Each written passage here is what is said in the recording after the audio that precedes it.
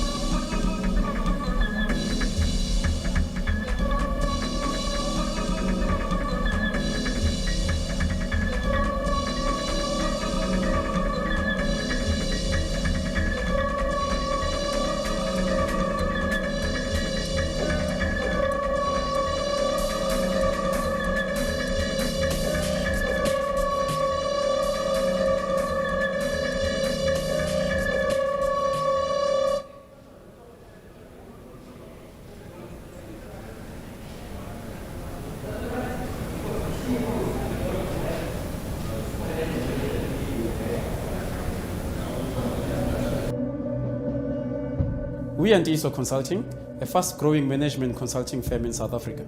Our purpose is to empower institutions that enable Africa's development. Africa's public institutions are besieged with performance problems which hinders on its development. Having realized this gap in the market, Ndiyiso Consulting provides strategic and operational management support that is end-to-end, tailor-made, is evidence-based, and is provided hands-on. We believe that having formed an organization such as this one that prides itself firstly with wanting to build Africa and the institutions that enable Africa's development, we want to make sure that we contribute significantly. We deliver sustainable, evidence-based solutions through 3 subsidiaries: Ndiyiso Revenue Consulting, Ndiyiso Business Consulting, and Ndiyiso Industrialization Consulting. Through Ndiyiso Revenue Consulting, we improve cash positions of medium to large-sized municipalities and utilities. If it's money, we will find it for you. Through Ndiyiso Business Consulting, we improve the profitability and sustainability of medium and large-sized organizations. We help organizations deliver tangible results. Ndiyiso Industrialization Consulting. We unlock economic development opportunities on behalf of communities and regions. We unlock new economic streams for growth. For more information, contact us on 012-940-5435 or empower@ndiyisoconsulting.co.za or visit www.ndiyisoconsulting.co.za. Ndiyiso Consulting. Truth, trust, results.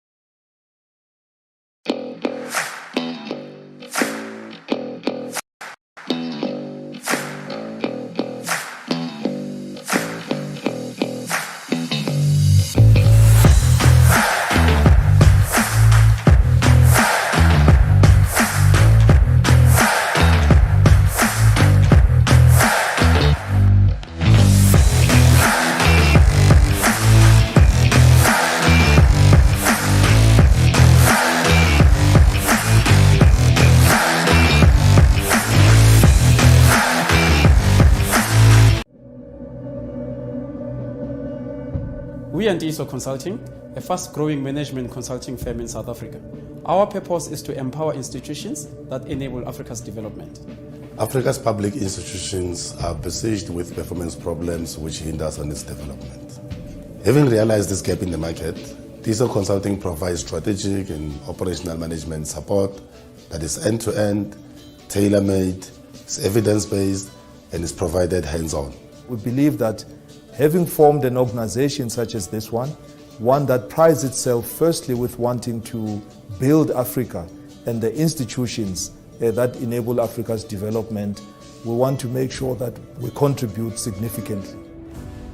We deliver sustainable, evidence-based solutions through 3 subsidiaries: Ndiyiso Revenue Consulting, Ndiyiso Business Consulting, and Ndiyiso Industrialization Consulting. Through Ndiyiso Revenue Consulting, we improve cash positions of medium to large-sized municipalities and utilities. If it's money, we will find it for you. Through Ndiyiso Business Consulting, we improve the profitability and sustainability of medium and large-sized organizations. We help organizations deliver tangible results. Ndiyiso Industrialization Consulting. We unlock economic development opportunities on behalf of communities and regions. We unlock new economic streams for growth. For more information, contact us on 012-940-5435 or empower@ndiyisoconsulting.co.za or visit www.ndiyisoconsulting.co.za. Ndiyiso Consulting. Truth, trust, results.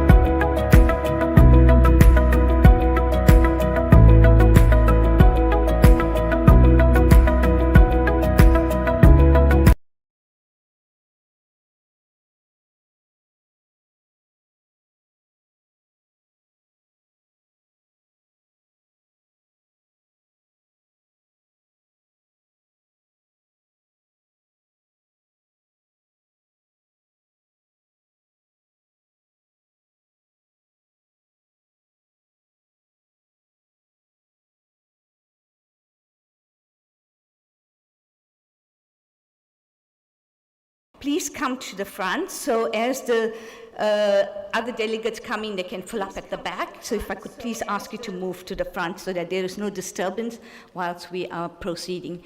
So if I could please ask for people to move to the front rows. And then we will get started.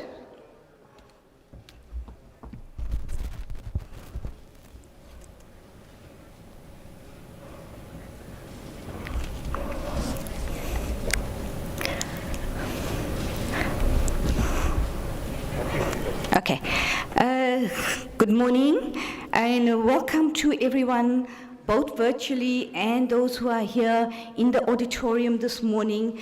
It is day 3 of our conference, and I know that the city of Durban is bright and shiny, and some of our delegates are either out exploring, but we hope that they will come in and do justice to what local government has done for them in terms of sending them through to the conference.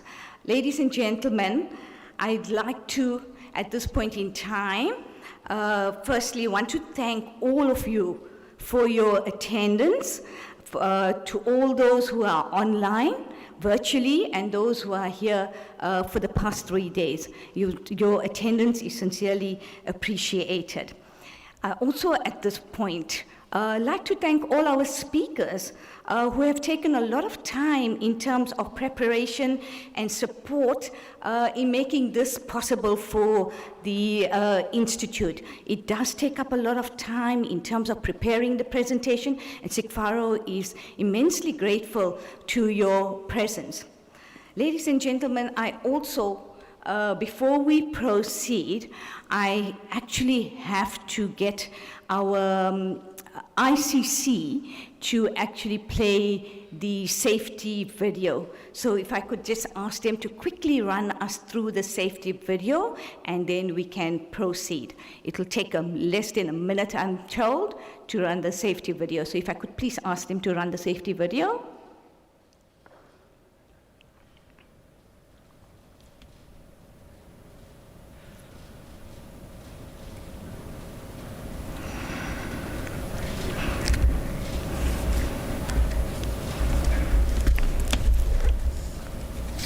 Welcome to the Durban ICC, where the world meets Africa. As a leading world-class events facility, we make your safety our #1 priority. Please give us your attention for a few minutes to take you through some of the important health and safety information. Whilst here, please help us to prevent the spread of COVID-19 by following these simple steps. Upon arrival at the Durban ICC, you would have been screened for symptoms by way of a temperature check and a health questionnaire. Please remember to keep a safe distance of at least 1.5 meters from other people at all times. Wear a mask for the duration of the event when not eating or drinking. Avoid touching your face. Wash your hands for 20 seconds using soap and water as often as possible. If you can't wash your hands, use the hand sanitizer provided throughout the facility. If you are experiencing any of the COVID-19 symptoms, please contact one of our staff members who can assist you further. As the Durban ICC is a public space, please remember to keep your personal belongings safe and with you at all times.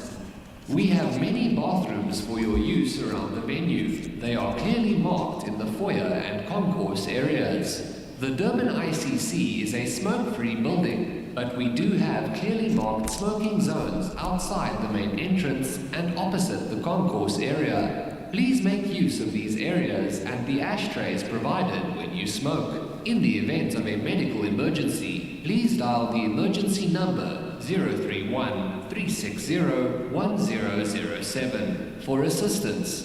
The Durban ICC has developed a very simple emergency evacuation plan that everyone must be familiar with. Our staff are specially trained and will be there to assist you in following this plan.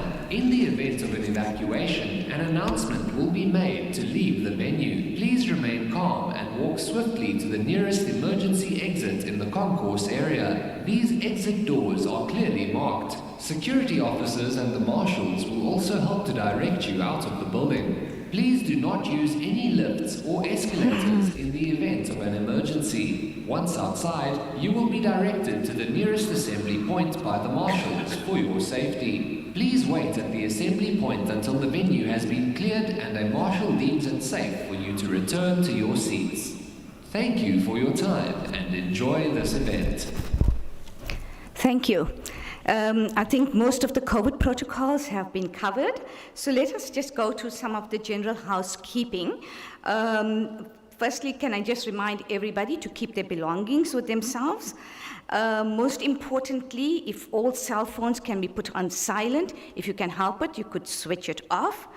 I also like to remind all those who are here in the auditorium that should they require a certificate of attendance, then please submit your names at the front desk so they can be made available to you. You could pick them up on your way out this afternoon.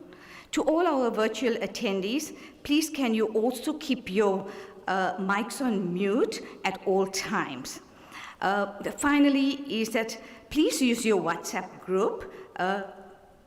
It's not projected on the screen, to send all your questions related to the presentations. Before I actually proceed, Mr. President, I'd also like us to welcome our former president, or past president, Mr. Chris Nagru, who is in the audience. I think we should give him a hearty round of welcome. And more importantly, that Mr. Nagru has retired, and we have him here who has been in the audience with us since 8:30 this morning. A round of applause for Mr. Chris Nagru. Ladies and gentlemen, a conference like this can't be done without the help of many of our sponsors. So I'd like to also take this opportunity to thank and acknowledge the following sponsors: our host platinum sponsor, Nciso Consulting, platinum sponsor, CCG Systems, Diamond, Arms Audit, Caseware Africa, Cape Retirement Fund, iFix Solutions, OS Holdings, and PayAt.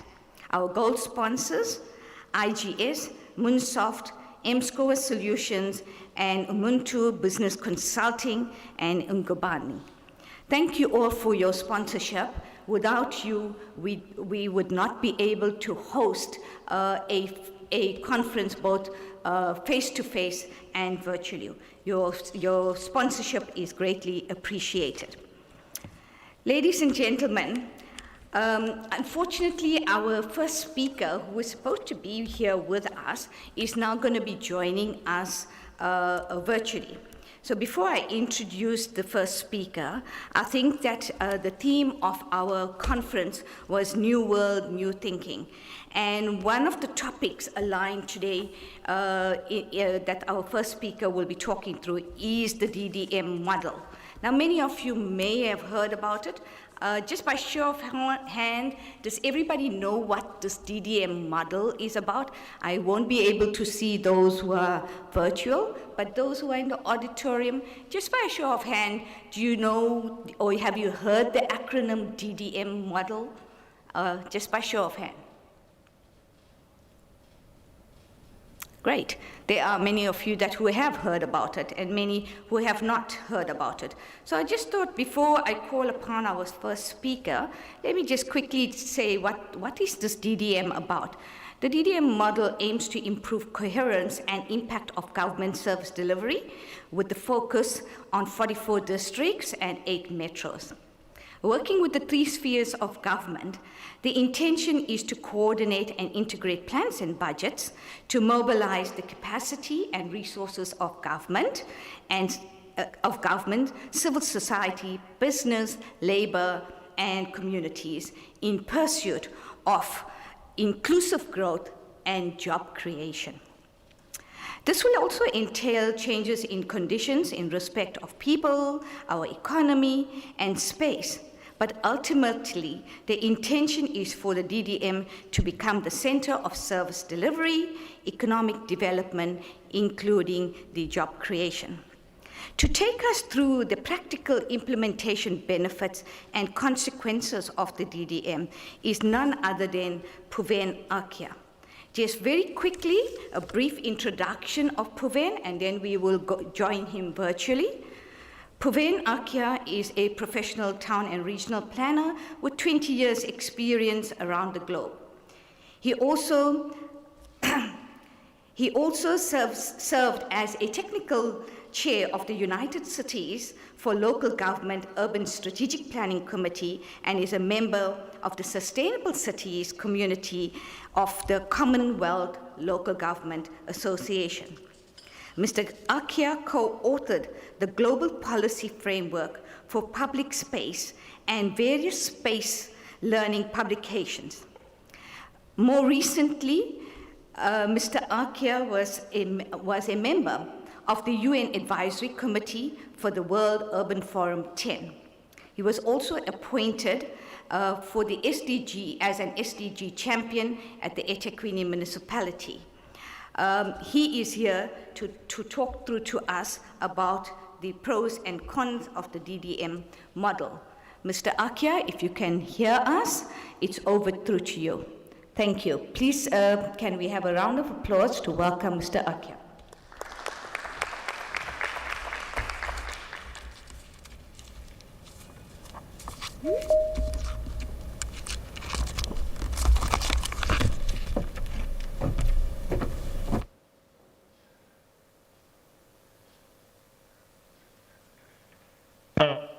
Just if you could get an introduction, you can see my slides and you can hear me.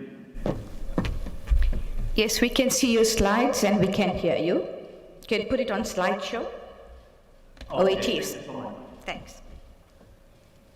Thank you so much, Chairperson Basi, for the introduction. I really do apologize that I cannot be with you guys face to face. However, in true spirit of sharing as well as knowledge building, I make myself available virtually to actually take you through today's presentation. So effectively, I think Bharti has actually covered the entire presentation for me by giving you that introduction, but I'll try to go into a bit more detail as to what actually constitutes the DDM, but more effectively, one of the key components of the district development model, which is the one plan itself. Effectively, it's about government coming together with itself, but also with stakeholders and communities to actually deliver or lead to a more sustainable path, but also a co-created plan across all stakeholders itself. So what is the one plan? It is an intergovernmental plan. And he talks specifically to a district or a metropolitan space itself. It is collaboratively produced and it is informed by existing plans across the three spheres of government itself. It really starts to talk to you about the IG alignment, agreements as well as commitments, and it is provided in a detailed development plan across the various spheres of government itself. So what is the logic? The logic is really about 52 spaces. 52 spaces that actually come together in the development of one plans for each of those areas itself. It provides a strategic framework for joint planning, budgeting, as well as implementation, not only over the short term, but over the short, medium, and long term itself. It's often referred to as a single line of sight for spatial as well as strategic development across the 52 spaces itself. It talks to spatial as well as reprioritization of programs and budget across the three spheres, across the various timeframes as well, but it also looks at the political and technical alignment required to actually ensure that these processes and the single line of sight is actually achieved itself. The idea is, and the concept is, to improve cooperative government, look at harnessing the strategic approach across the country, but also look at practical models and methodologies to get government working together and converge on certain points or identify the points of convergence and impacts in terms of enhancing the regulatory frameworks within the municipal sphere as well as the other spheres of government itself. So what does it intend to address? So if you're looking at the issues that need to be addressed is the lack of coherence from a planning and budgeting perspective, including the implementation across government, poor inter-sphere collaboration, and whilst you had the IDPs that were seen to be or were meant to be the key tool or methodologies that actually brought about collaboration, we found that most of the actually very, very weak from sector department perspective in terms of improvements that needed to be made in geographic spaces itself. There was also a deficient strategic plans or focus of plans across municipalities. There was no really long-term approach. Whilst you had the National Development Plan and the Provincial Growth and Development Strategy, that was seriously lacking from a municipal perspective or majority of the municipal spaces itself. Also, the IGR mechanisms were not optimally utilized or integrated as well. And we also needed to look at joint planning. So once you had the IDP and the intent of the IDP, from an implementation perspective, we actually found that there was very little integration, and there was a need to shift the mode of actually operating planning and budgeting and implementation to a more coherent joint planning approach itself. And now if you look at all of the areas that I've actually raised, it actually just led to poor service delivery and development impact in terms of the intended outcomes that national, provincial and local government were actually looking towards. So the DDM process was actually proposed by national government itself. It comes through in 5 phases, or it's actually developed in 5 phases. The first being a diagnostic or a detailed understanding, looking at the current profiles and trends as to what is the current situation in the municipality itself. So it's a drill down to find out the exact causal effects of some of the current trends and effects that we are actually feeling in the municipality. Thereafter, we looked at or municipalities will look at a trend or scenario analysis. From there, begin to develop a vision or look at a desired future. Based on that future, develop strategies or formulate strategies over the short, medium, and long term. But key to that is the output and the implementation is developing an implementation plan and strategy as to how to make that desired future through that strategy actually come alive. So from the eThekwini background, the DDM for eThekwini was launched in Homashu in October 2019. It is championed at the highest level from the Presidency's office as well as the Cabinet. We are fortunate that we have 2 political champions, Deputy Minister Jeffrey and Deputy Minister Mafu, who are the national political champions for eThekwini. At a provincial level, it is MEC Mshengu, and at the local municipality level, it is Worship the Mayor Nglusi Kaunda, who are actually the champions for the DDM at a political level. During the launch, right up to current stages, there have been various ministerial visits, intergovernmental workshops, as well as the institutionalization of the DDM via a technical and political hub in terms of making the DDM process come alive. Now, I thought it would be prudent to actually contextualize where the one plan actually sits in the hierarchy of plans itself. Now, this is in eThekwini's view of how we intend on institutionalizing the one plan within the current legal framework itself.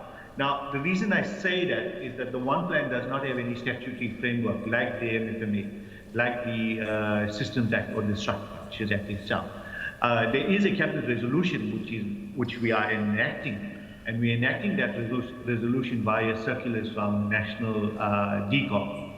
But in terms of how we would see the one plan fit into our current hierarchy of plans is actually indicated in the diagram above. So all spheres of government, or most spheres of government, actually have long-term planning. And the reason I say that is that some of the local municipalities do not have any long-term development planning or frameworks itself. However, in the case of eThekwini, we're quite fortunate that there is coherence between the National Development Plan, the Provincial Growth and Development Strategy, as well as the Long-Term Development Framework. We see that as a coming together into the one plan in terms of defining a more clear path in terms of a vision and a sustainable vision for eThekwini itself. Out of the one plan and arising out of the one plan, the medium term and the short term planning will really take the sort of marching orders in terms of that single line of sight for national department and provincial department through their sector development 5-year plans, and at the local government level, the municipal IDP, and obviously we're heading into a new cycle of the 5th generation of the IDPs. We will take our cue from the one plan in terms of the strategic development approaches itself. Now, having plans without the appropriate budget and implementation plan is actually just really a dream. So the 5-year development plan, the sector development plans at the national and provincial level would also be given live through the actual medium-term expenditure frameworks and the budget document from a municipal perspective itself. To monitor the short-term implementation as well as the planning, the national and provincial departments, we would monitor that through the annual performance plan, and obviously from an eThekwini perspective, the short-term planning perspective, we would look at the SDVIP. So this basically just gives us a conceptual idea as to how the one plan influences short, medium, and long term across the various spheres of government in terms of how we would like to take strategic planning forward. So what is the storyline for eThekwini itself? So through our diagnostic, we've defined what we call the big diagnostic issues, the triple threat, structural poverty, unemployment, inequality, our dual economy challenge, systemic challenges that constrain growth and development, but also impact of key trends itself. Through various sessions, intergovernmental sessions, we co-created a vision that we would actually want to be a leading smart port city region that is just, safe, sustainable, socially cohesive, but also culturally expressive as well. To implement or to reach that or attain that vision itself, we've developed 32 strategies, and in the current context, the implementation commitments across the various spheres of government come to 80.7 billion, and our catalytic projects around 132 billion. Now, just to advise, your catalytic projects are made up of both private and public expenditure, so therefore you actually see them as separately. The 80.7 billion is the commitment from all spheres of government, including our SOEs itself. Now, we've got to understand that there are 6 transformational areas that make up the core of the DDM or the one plan process, and that will be standard across all of the 52 districts plans itself. So the first really talks about people, the second around economy, and the third around space. And the detailed diagnostic for people look at high levels of poverty, social challenges, low skills, but also low HDI and high vulnerability. And to achieve those, the targets that we've, or the strategy that we've listed there right at the last column is we want to improve safety, we need to look at education outcomes, develop skills, empower communities, ensure social security, but also track quality of life as well. If you look at the economy really, it's about the dual economy, uncompetitive economy, the skills match. Also, how do we boost or build cultural as well as creative industry potential? And the strategies that talk directly there is the development of a competitive platform, promoting growth, looking at key sectors, what are our key industries that we need to support, but also provide enterprise support as well. So we've got 6 of these transformational areas. I'm not going to go through every single one of them, just to understand that there's 32 strategies that will be aligned to the 6 transformational areas that talk directly to the vision itself. So in the space or the environment, we look at, how do we manage our space better? How do we invest in public transport? ensuring that we protect our natural resources whilst also promoting economic development. How do we manage our rural development areas, especially from an 80-20 perspective in terms of our dual governance, but also allied to that is how do we govern land development. So, transformational area 4 looks at infrastructure and bulk infrastructure and really starts talking about how do we coordinate infrastructure investment across the sphere of government. How do we use that infrastructure investment to actually accelerate universal access, inter-regional or regional infrastructure. But one of the key issues that came out of the intergovernmental workshops as well as our public participation is how do we secure bulk energy and water supply to ensure that once we're financially sustainable, because obviously from a servicing perspective and revenue generated from the bulk water and energy sales, but also from an investment perspective in terms of development.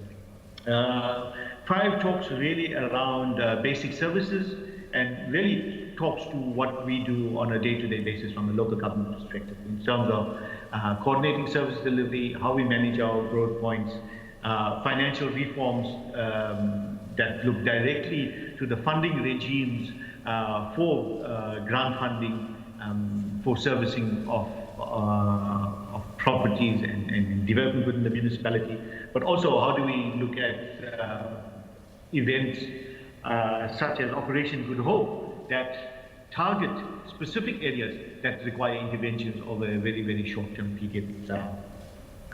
And 6, the last transformational area looks at governance. Really, one of the areas that we're proposing is that the Port Development Agency, some of the best practices during the DDM have illustrated that if you want a port city region, then cities that have been very, very successful have shown to actually have port development agencies or an agency that looks at development and the interfaces between the port and the cities itself. So this is one of the sort of innovations that we would be looking at. Social compact, social capital, but also improving investor and public confidence itself. This is just a more detailed example of the DDM strategic goals, the strategies, the definitions, but also in here I've included what we call the outcomes measures and the baselines itself. So the 32 strategies are further defined. So if you look at strategy 1, improve safety, what do we actually mean by that? It's talking about implementation of a comprehensive and sustainable safer cities program. And this is across the municipality, done in collaboration with all stakeholders, but also evidence-led itself. So from an outcomes perspective, what does that mean? What are the measures that we're going to be putting into place and what are the baselines? Now, please understand that the baselines are still being developed as they are required to be reported across the various spheres. However, the measures are the ones that are already defined through the technical guide issued by national and provincial COPTA itself. So just to indicate, and I'm not going to go through detail, so strategy goal 1, these are the definitions. Strategy goal 2, which talks about economic positioning, really about how do we lead to that smart port city region. And these are the strategies as well as indicators and how to measure. Goal 3 talks about the spatial and reconstruction, a bit more embellishment on the definitions.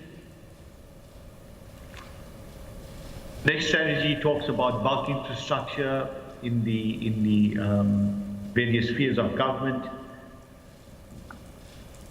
Goal 5 talks about integrated service provisioning, and I really want to look at strategy 24, which talks about undertake financial reforms. That really is to undertake reforms to promote access to housing and enable adequate service provisioning, including equitable share and grant review. Looking at appropriate allocation and funding of mandated functions, affordable housing, loans, rental, and so forth, and looking at innovative funding models as well. DDM Goal 6 talks to governance. So, whilst we have the plan, there needs to be a sort of spatial interpretation of that plan. And we've developed a conceptual understanding of what that smart port city region would actually look at or look like. And this would be further entrenched through the development of the new SDF that we would obviously be embarking on as part of the new IDP process, the 5th generation IDP process.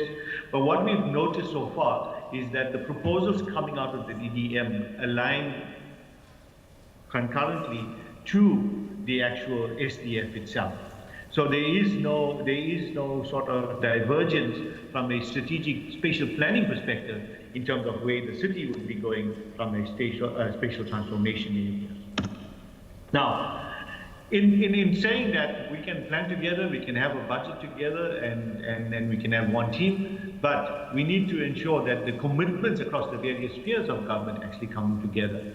And knowing that national and provincial governments planning, budgeting, and implementation cycle differs to that from the local government itself, we need to ensure that we have proper influential points into these budgeting processes at all spheres of government. So, movement of the one plan, and when government starts to begin the new planning cycle and the new cycles for the development of short, medium, and long-term planning perspectives itself, the one plan would be the sort of guiding document or one of the key influential documents in terms of how we move forward itself.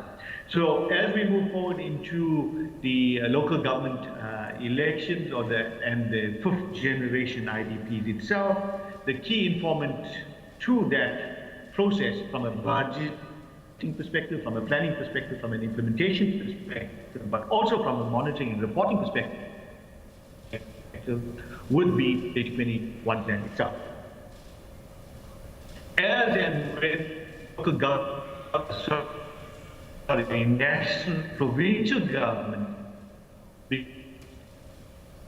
begin their planning cycles for 2 financial years, MTF cycles, and becomes a key guiding to our budgeting and implementation. So we've got to understand that whilst the plan and the one plan itself, the implementation from a commitments perspective would really be seen over the next 2 to 3 years in terms of that full integration across the budgeting cycles within the municipalities itself. So, from an eThekwini perspective, we're looking at our catalytic projects as being one of the key concepts that we take forward into the budgeting cycles across national, province, and local government itself.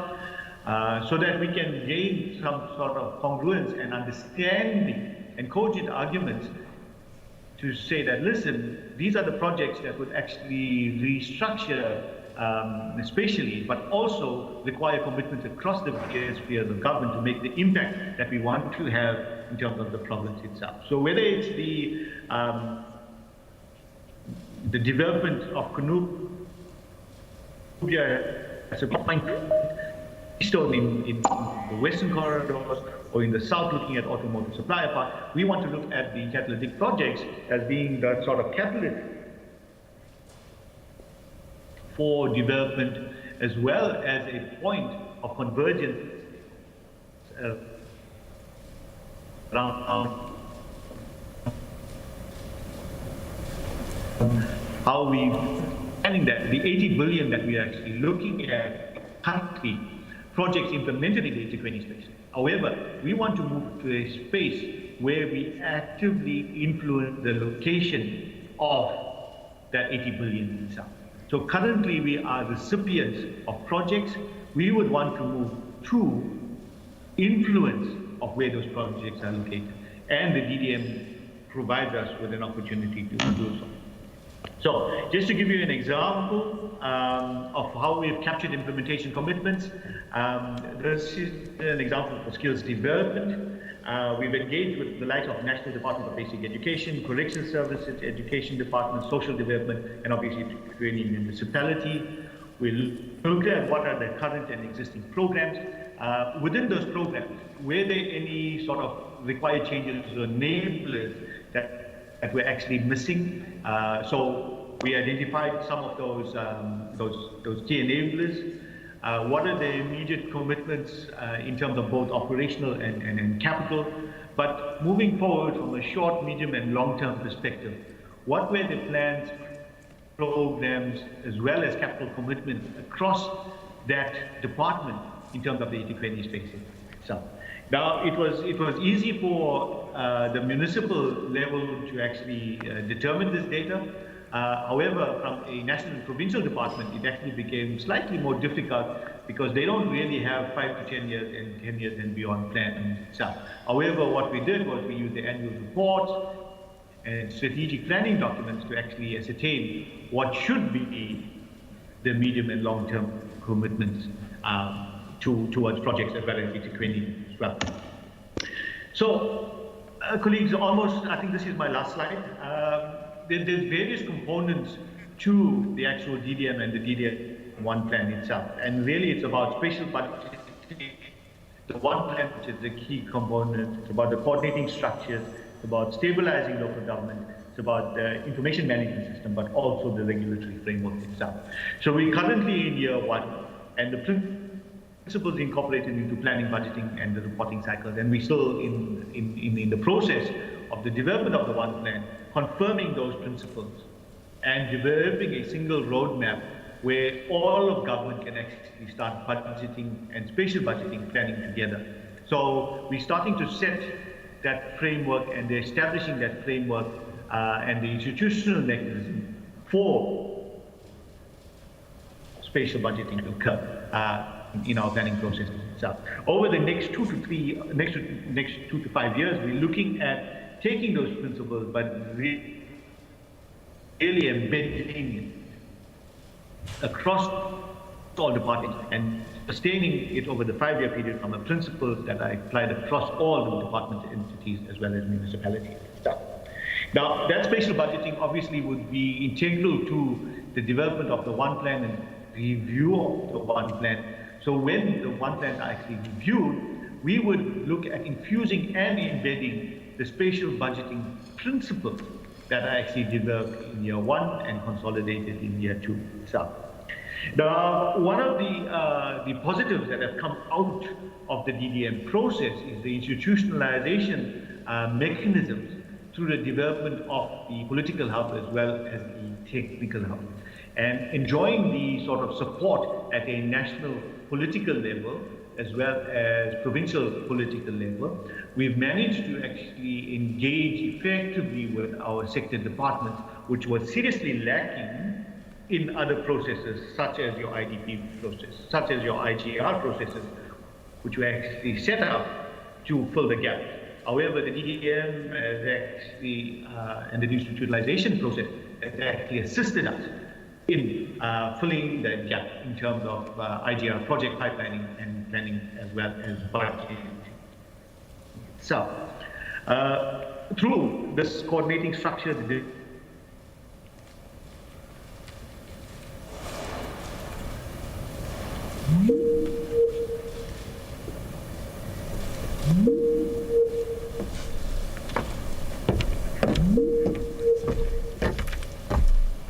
Puan, we can't hear you. We've lost you. So how do we repurpose some of the... Puan, I think if you can just go 2 sentences back. Yeah. So the budgets at a national and provincial level, re-looking at how do we reprioritize and refocus those budgets to actually make immediate impact in terms of stabilizing local government itself. The core to this is also information management system. This is still to be developed and still in infancy stages. However, the point that I do want to highlight that currently there is no regulatory framework in terms of the actual one plan itself. As I indicated before, it is actually a cabinet resolution which is enacted by a circular. However, we need to look at existing mechanisms. So within the MFMA, within the IDP, within the Systems Act, within the Structures Act, and so forth, how can we give life to cooperative planning, co-created planning, co-created budgeting, and so forth, using the existing statutory framework. And that is what we are currently looking at in terms of the establishment phase of the DDM process itself.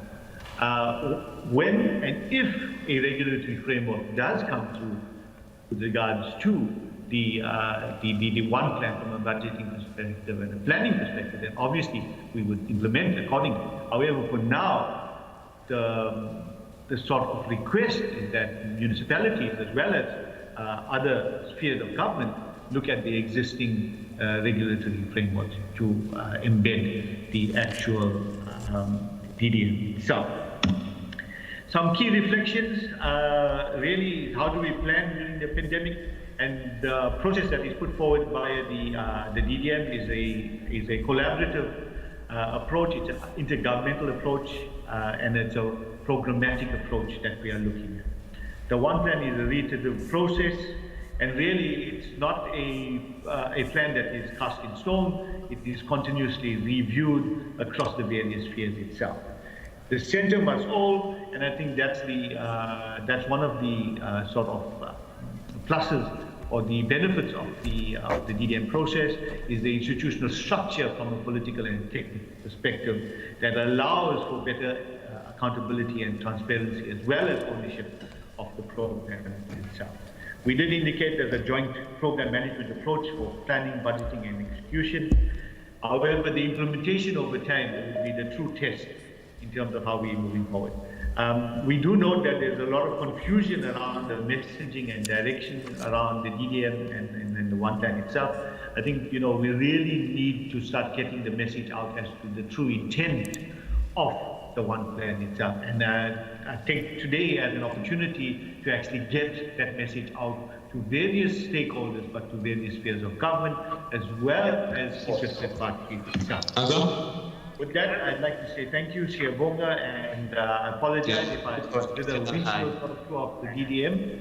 Okay, any questions? Thank you.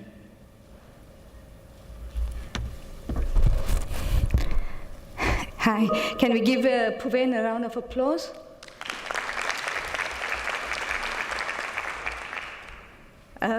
Esther, I'm looking if there are any questions at this point in time. If anybody has questions, please can you send it through to the common number. Please WhatsApp on 066 504 0889. Puven, whilst we're waiting for questions to come through, I just jotted one or two points myself, and I thought we could perhaps just engage into those points. You may have covered it, and I think you have covered it, but it might give a little bit more clarity to those who are here and have walked in a few minutes late. Firstly, I want to just clarify on the issue of I know you have indicated that at a political forum, or at a national forum, we have not yet got this gazetted. And that then means for me that if there is a change in the political climate, then can we expect the position of the DDM model to change? Secondly, that's just one, it's just a thought, and everyone can contribute to those thoughts. Secondly is that I think we all know that local government and provincial government have different timelines.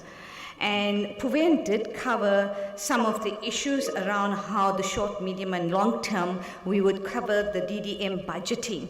But it is still not clear, and it's not very clear as to exactly how these timelines balance themselves out, because we all know that the local government and national government timelines are different because of the 5-year elections, and they tie in directly with the elections, and that their timelines go from April to March, whereas we in local government run from July to June, and it does make it a bit difficult in terms of trying to manage more plans. And then finally, of course, I didn't see anything about the issues around getting our labor sector involved at an early stage. And perhaps that those kinds of discussions may be happening behind the scenes, but if they are, just kind of help us with that, those issues around labor, because it's always good to get them involved up front as against bringing them right in the end. If there are any questions, I will take those now. And those in the audience, show of hands, we can take questions. Puven, those were some of my thoughts. Can I just read through one question that has come through?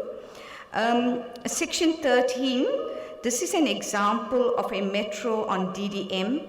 Can't Sikfaro not provide an example of a district and their locals? Okay, well, Sikfaro will have to look at that. Puven, over to you if you want to make some comments before we take any other questions. Thank you, Chairperson. Firstly, in terms of gazetting, the one plan has been adopted at a local government level. Currently, it's going through the process via provincial government in terms of adoption.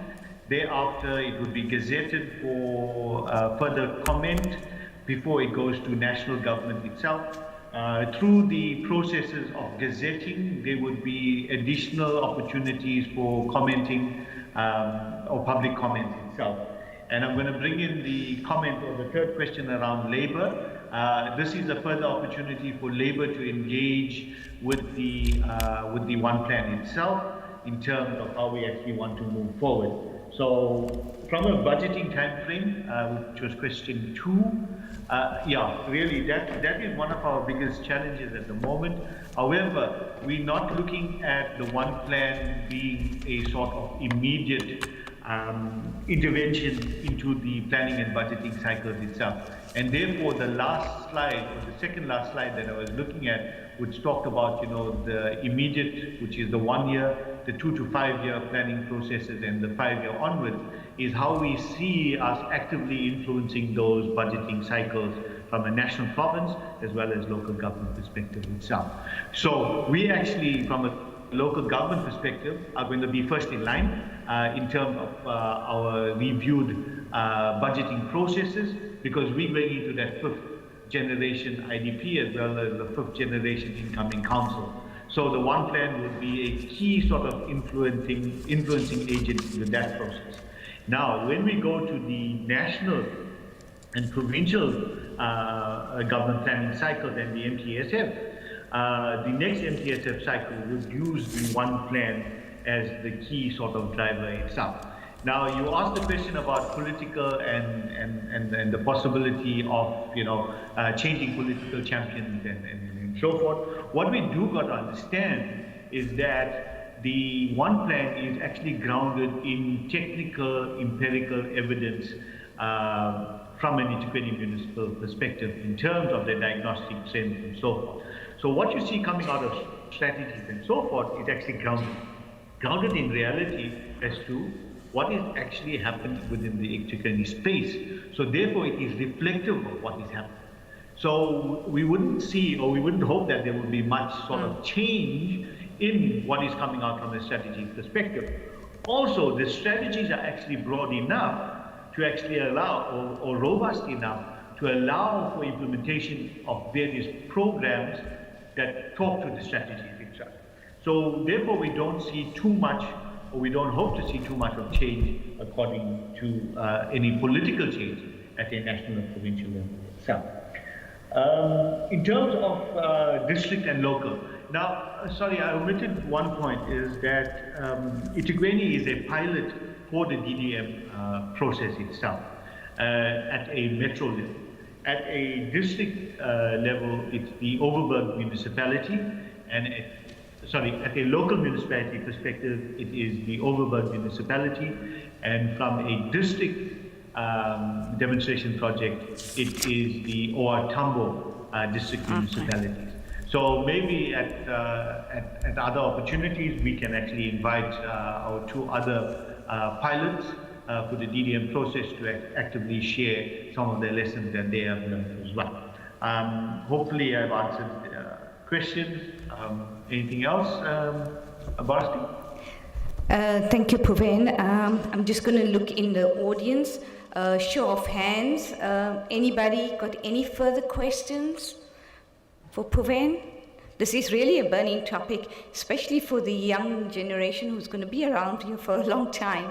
I do think that we should engage as much as we can. And if you are unclear, there's no question that you should feel shy to ask. Just raise your hand and we're happy to take your questions.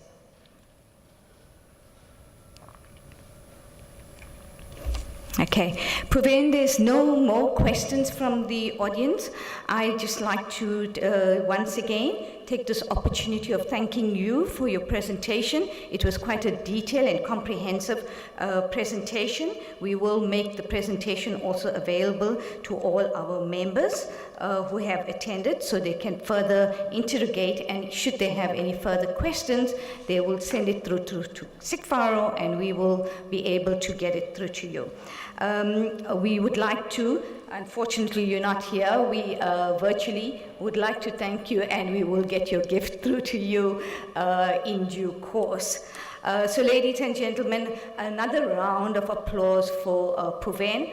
This is quite a daunting task, and I think that it does indeed take a lot of time in terms of preparation and presentation. So just a round of applause for Praveen.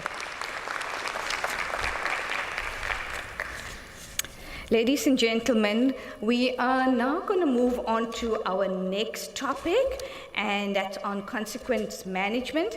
And I'm going to call upon Sidwell and his team to join us on the podium, and I'm actually handing over to Sidwell King for the next presentation. So over to you, Sidwell. Thank you all, and if you have any questions, please do continue to send them onto the WhatsApp number so we can forward them through to the presenters. Thank you. I'll see you later.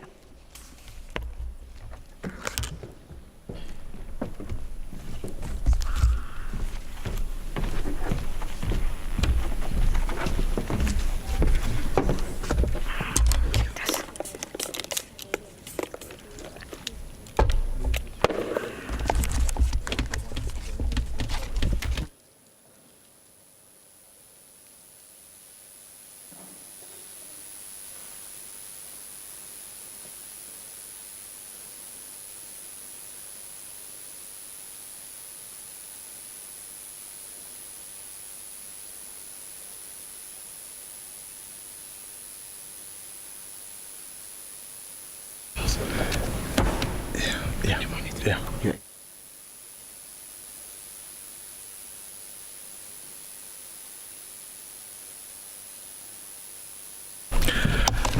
Good morning, ladies and gentlemen, honorable councillors, mayors, MMCs, chairpersons of MPEC, speakers. I've seen a couple of speakers, and accounting officers and CFOs. It is for me once more a distinct honor and a privilege to can address you probably for the last time today in this conference. And they've put me on the morning graveyard session. It's the night after, the day after the night of the parties. So I know that people are still sleepy. However, I'm hoping not to get you to be more sleepy. Just to also express my sincere appreciation to the profession, to you colleagues, the board of Sikfaro, past presidents under which I have served, for a wonderful time one has had as vice president of the Institute for many years. I am retiring, so is Krish Kumar. past President Jane Masite to join also our past president who's present here, Chris Nagaru, just to acknowledge you to be here to see me join your ranks of retirees. We are not pensioners, we're retirees. Thank you very much, and this is the journey I will cherish, having been part of the Institute for more than 20 years.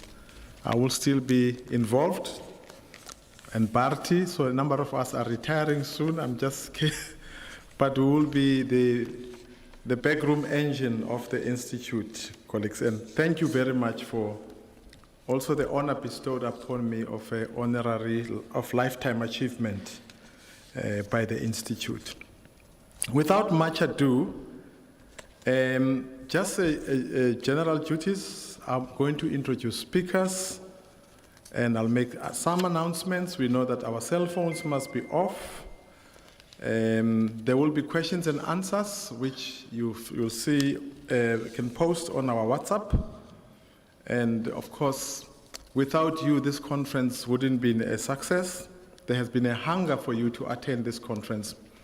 And we are happy to see you once more joining us physically, and those that are joining us online, I would like to welcome you on the platform. I want to thank the speakers in advance for their input, insightful input, and I'm sure they will talk to us this morning insightfully about what needs to be achieved in the sector, how we can implement this very topical subject of consequence management, or what we call accountabilities and remedies framework, which we need to implement to see significant change in our sector. I will not go to the housekeeping rules. I'm sure Bharti has gone through that with you, so I will not waste time. I also want to acknowledge our sponsors this morning. Our host sponsor being DISO Consulting, CCG, our platinum sponsors, diamond sponsors, ARMS Audit, Caseware Africa, Cape Retirement Fund, iFix Solutions, OS Holdings, and Pay, and our gold sponsors, IGS, Moonsoft, M-Square Solution, and Umnoto Business Consulting. And lastly, Ngubani and Company, which is our other sponsor. Colleagues, we have 3 panelists this morning. One panelist on this topic of consequence management. We will share some practical experience from audit findings of 2019-2020. We will also look at the role of the AG bringing maturity around consequence management into public finance management. We will also look at the role of the standing committees dealing with public finance matters, meaning standing committees of public accounts, MPEC, ProPECs, and APEX, on matters related to consequence management. We will also look this morning through the interaction with our panel on the Financial Misconduct Disciplinary Board, which deals with the financial misconduct and criminal proceedings in terms of the regulations, practical solutions, examples on how to implement financial misconducts, and of course, positive consequence management of what can be done about rewarding those who are adding significant value, demonstrating high ethical standards, and bringing into the 4 innovative ideas into being. So I'm taking it that this is going to be a very, very exciting topic this morning. Our first speaker is going to be Lindiwe Ndaba from the city of Cape Town. She will come after me once I've laid the ground around how we're going to deal with consequence management. I just want to share a few ideas quickly before I introduce Lindiwe Ndaba from the city of Cape Town, a long-standing SIGFARO member. Colleagues, I don't know if you can see that. I will go. Accountabilities and remedies framework. That's what we call consequence management. It's about not spilling the blood on the floor. Whenever one talks about consequence management, And often when I address politicians, I say it's not about seeing blood on the floor. I even often say the question of consequence management emanates from a process wherein an audit would have taken place either by internal audit or by external auditors. And there are certain things that an audit report cannot be used for. For instance, the objective of a regularity audit is to highlight weaknesses in the system and highlight the risks and report those risks to the appropriate level of authority for a corrective action to be put in place. So what audit reports cannot be used for, they cannot be used for any other purpose other than what an audit report is intended to highlight: weaknesses in the system and highlight risks. An audit report is not an investigation report. A regularity audit report, which is risk-based, is not an investigative report, neither is it a forensic report. What does that mean? It means that every audit has got its own objective, and regularity audits are not probity, they are not investigations, so they must be utilized for that purposes. So I thought I should just give context as to when we look at consequence management, we must always apply context in terms of the audit reports. Now you'll see what we call consequence management. I just want to promote the correct term being accountability and remedies framework. It sounds better than consequence management. You know, there is this thing when people talk, often, you know, I grew up in a township and I still am a lot in the township. When there are issues in the community and you want a matter to be heard and to be listened to, the moment you say, hey, you know, the community is worried, you know, things don't happen, people say, I will see community. But the moment you say, umphakathi, you know, for some reason, umphakathi seems more dangerous than community. And we get immediate response, isn't it?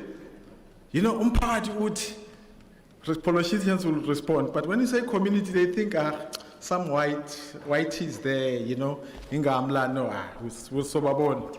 So that's why I'm thinking that we should use the correct then terminology, accountability and remedies framework, which is loosely called as consequence management.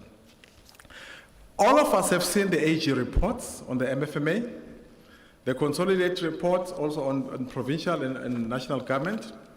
And the report generally summarizes the findings in the audit reports of municipalities, municipal entities, and additional findings reported to the municipal managers and senior managers as well as critical matters reported too. You'll see that there are those assurance levels in the consolidated reports that indicate to you the number of municipalities that have achieved clean audits, the one that have regressed, unqualified with findings, unqualified with no findings, which is called clean audits, and they will raise areas of weakness in internal controls where attention needs to be. These issues get to be raised every year. The AG would raise these issues in their consolidated reports about shortcomings in the internal control systems and what needs to be done. Specifically, issues that are drawn to management attention are issues that don't find expression in the audit reports themselves, which councillors or politicians normally do not have sight over those.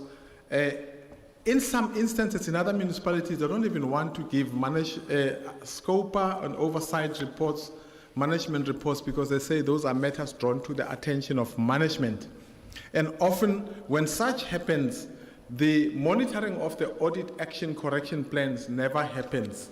And I'm saying to you this morning that as oversight, you are required to be given those reports as part of the tabling of the annual report and the corrective action plan that must be implemented. Of course, such report is not meant for other users or the public, but it's meant for management's attention to develop a plan which must then be subjected to oversight. The second issue is the issues of political leaders and municipal officials that deliberately or negligently ignore their duties and not only disobey but undermine legislation. And this consequence management framework, or accountabilities and remedies framework, as I would like to call it, it is good because it holds everyone prisoner.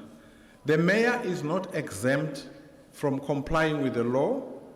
Neither is the mayor, I'll use the mayor or an executive mayor, whichever the case is, or the executive committee, is not exempt from complying or be subjected to consequence management or complying with the accountabilities and remedies framework. So that framework is not meant for certain people, but it is an institutional accountabilities and remedies framework to remediate any internal control weaknesses in the institution. So any transgression committed by anyone should be dealt with in terms of a defined process as in the prevailing legislation.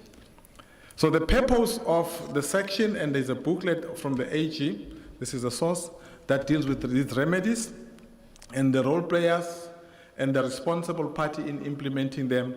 And those sections summarizes performance matters, lists applicable legislation, and highlights the responsibilities of each role player. And the transgressions ordinarily that we find are transgressions around financial management, which is financial misconduct. I will not dwell. The other transgressions of a performance nature would be on unauthorized, fruitless, irregular, fruitless, and wasteful expenditure, possible fraud and corruption, poor work performance by suppliers, poor work performance by the municipal manager and senior management, financial misconduct by municipal managers. This is the legislation you use to deal in terms of the disciplinary code for senior managers and other managers. And of course, when you deal with investigations in terms of the MFMA section 171, how the discipline should be instituted. So this is a topical matter, and there's a lot of guidance that we need to follow this morning in dealing with this issue. So I thought I should just introduce this topic and indicate that there is also legislation that guides us in terms of the disciplinary regulations, the MFMA, the Systems Act, the performance regulations, PRECA, which is the Prevention of Corrupt Practices, combating of corrupt practices, and of course the Preferential Procurement Regulation and the SCM regulations. Colleagues, without much ado then, I would like to take this opportunity to introduce our speaker for the day, Lindiwe Ndaba from the city of Cape Town. I wanted to indicate if she can hear us. Lindiwe, is she online? PRECA, which is the Prevention of Corrupt Practices, combating of corrupt practices, and of course the Preferential Procurement. Okay, they are replaying me. Can we hear, is Lindiwe online? Can I hear Lindiwe so that I can... Yes, I am online, Sidwell. Thank you very much, Lindiwe. Welcome to this conference online. We have another speaker, Sanele Ngema from Umlalazi. Mr. Ngema, is Mr. Ngema here? Is Mr. Ngema online?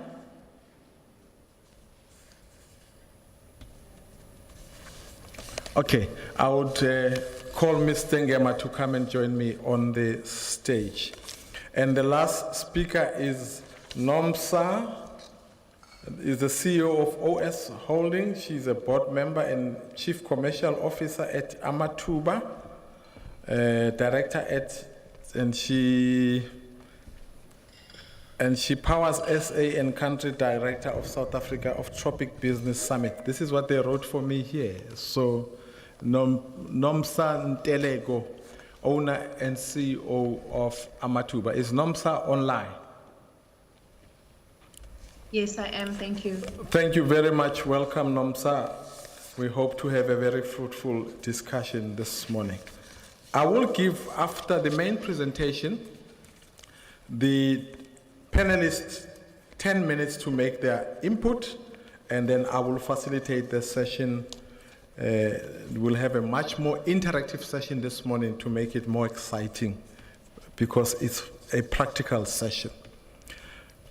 Without much ado, colleagues, I then want to introduce Nomsa Lindiwe Ndaba from the city of Cape Town. Lindiwe is a certified director with IODSA. She's a certified internal auditor with the Institute of Internal Auditors, and she's also a certified ethics officer with the Ethics Institute of South Africa.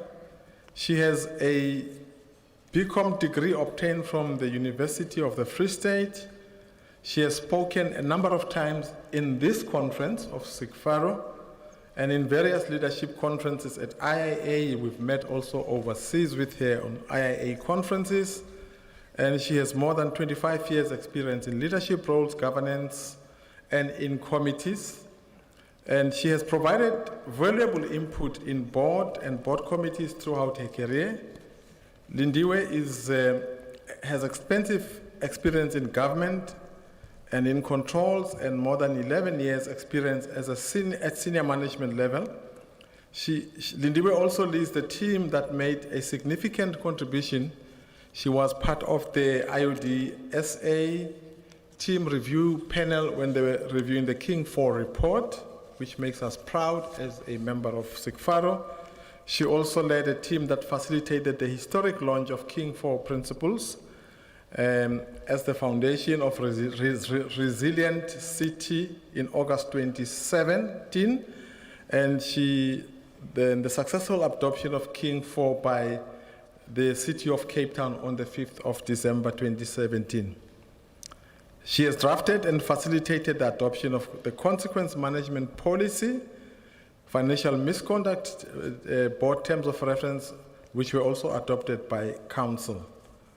She drafted and facilitated the approval of consequence management, standard operating procedures, registers and guidelines, and Lindiwe currently heads the combined assurance team of the city, and she provides technical support to MPEC and to the audit and performance audit committee of the city. Ladies and gentlemen, I welcome on the stage Ms. Lindiwe Ndaba, CAE of the city of Cape Town. A round of applause for her. You can do better than that. Thank you very much. Lindiwe, you have the floor. Okay, thank you very much, Sidwell. Can you confirm that you can see everybody can see my presentation? I am presenting at the moment. We can see your presentation. Please go ahead, ma'am. Okay, thank you. Good morning, everyone. It is always a delight for me to present at SIGFARO conferences and in Davos. And then just one thing, I'm the portfolio manager of probity at the city of Cape Town. And yes, the chief audit executive is one of the functions that are within my portfolios. Yeah.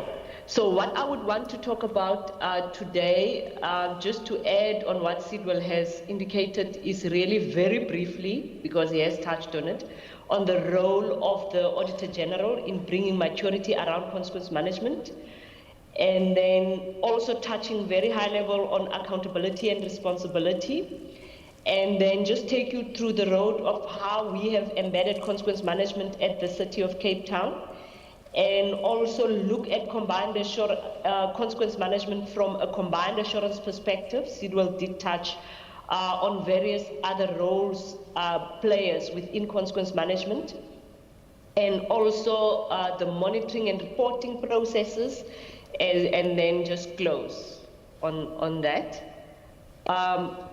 We all know that the Auditor General has actually introduced the Public Audit Amendment Act, and they have taken us through various roadshows. But I just want to touch on this because it is important also for us to understand what they have actually picked up in their audits as root causes to poor outcomes. And one of it is the various interpretations of supply chain management legislative requirements, and then that resulting in improper application thereof during procurement processes. And unfortunately also a culture of no consequence at some auditees has seen irregular expenditure spark as a result of lack of investigations into the occurrences. And also when outcomes are there, that action be taken against those who have actually done wrong. And then lack of understanding by staff with limited training, interventions by some auditees on SEM compliance requirements, and just governance and the control environment and how it is important for service delivery. And then the last one is really control deficiencies, recommendations not being implemented or taken seriously by the leadership of the various municipalities and departments. Here I just want to reflect, that consequence management is actually a reality, and the public is also talking about this, wanting to know how are we as civil servants held accountable for what we do, as we are really dealing with the public's purse and then are required to do service delivery with the money that is bestowed on us. And then I've just shown just some articles. If we look at the Sunday World, Sowetan News 24, All Africa, different articles really seeing that they would want action to be taken in some cases where we see in this one that an executive was ordered to repay 26 million. And here where it is actually asked that, how are councillors and leaders held accountable, and why should it be the residents that are suffering? And if we look at the eThekwini on fraud and what the auditors are saying and expressing their concern there, and also if we look at that All Africa investigation was launched and findings recommended that consequence management be applied by a disciplinary action against people. So from an AG perspective, we see that there is a growing extent of irregular, unauthorized, fruitless and wasteful expenditure reported by the AG every year. This is public knowledge. They do actually present that to the media and also to Parliament. It's part of our integrated reports from our various municipalities. And then the PAA Act, this aims to foster clean governance in the public sector. And it introduces the concept of material irregularity, which we know. And then the AG has now extended powers. And this is a reality because now in the past year, they've already started to issue the material irregularity certificates for the first year. The impact of that on the powers of the AGs, and what would actually mean is that what they can actually do is to order that the money be recovered, and they can actually also refer the matter for criminal charges, and they would actually want the state to account on how they have really held those powers to account on how they've actually contributed to the material irregularity. So their findings are binding, and it doesn't really end with an audit report. Then you need to come next year and say how they have actually implemented or not implemented. Once it is flagged as a material irregularity, it goes on a particular journey which can land people either in jail or people required to pay out of their own pockets, from the accounting officer to the CFO, and it can actually be cascaded down to officials. What is important for us to remember is that the primary responsibility is to identify and action on the material irregularity remains with line management. So everyone is responsible within their own areas to make sure that the controls identify any irregularities. Firstly, the first thing to prevent irregularities, and then if they have occurred, identify them, and not just identify, act on them, and also report on them. Then what is also important there is the monitoring that needs to take place to ensure there's proper restoration of accountability in the system of financial management. And then consequence management goes beyond remedial action to recover material irregularities, but it talks to the control environment which needs to be in place that would ensure prevention. I've already touched on line management as a level 1 assurance provider who is responsible to design those controls to change the behavior and improve the system of internal controls.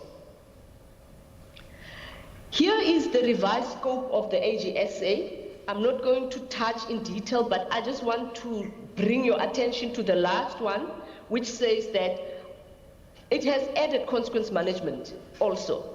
So what the expectation is that people must be held accountable, but it must also be part of your day-to-day operations within the municipality. And that would actually form part of their audit when they look at it. Let's just look at accountability and responsibility very briefly.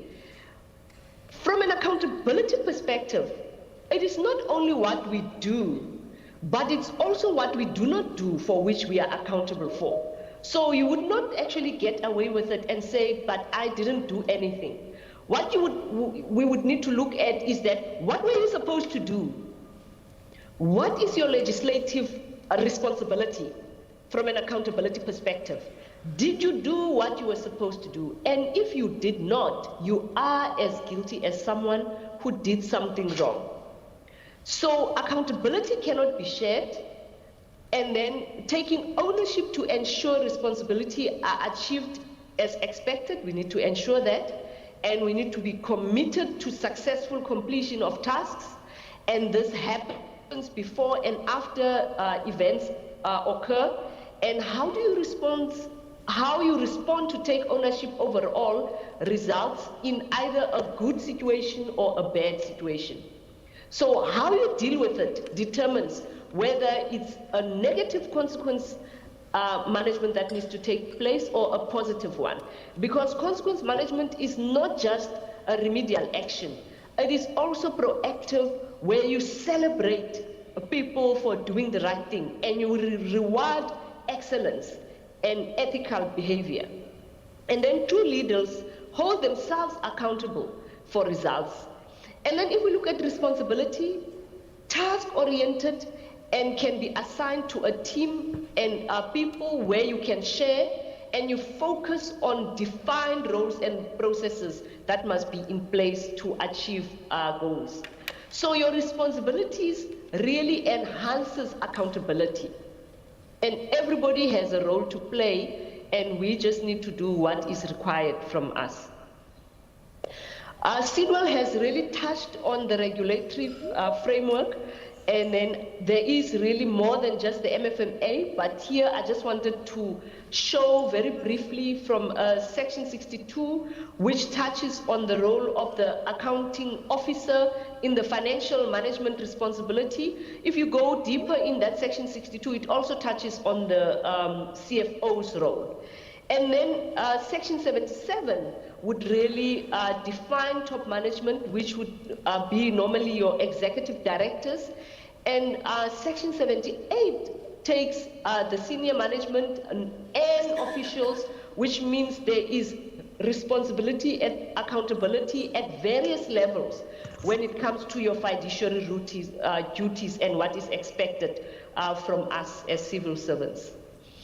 And just going deeper into Section 78, when it comes to accountability, it really states that each senior manager of a municipality and official must exercise financial management responsibilities, and must take all reasonable steps in their areas of responsibility to ensure that systems of financial management and internal controls are established for the municipality. And then to further embed combined assurance with level 1 assurance providers, the city manager at the City of Cape Town issued a directive reminding executive directors and directors their responsibilities from an accountability perspective as specified in Section 78.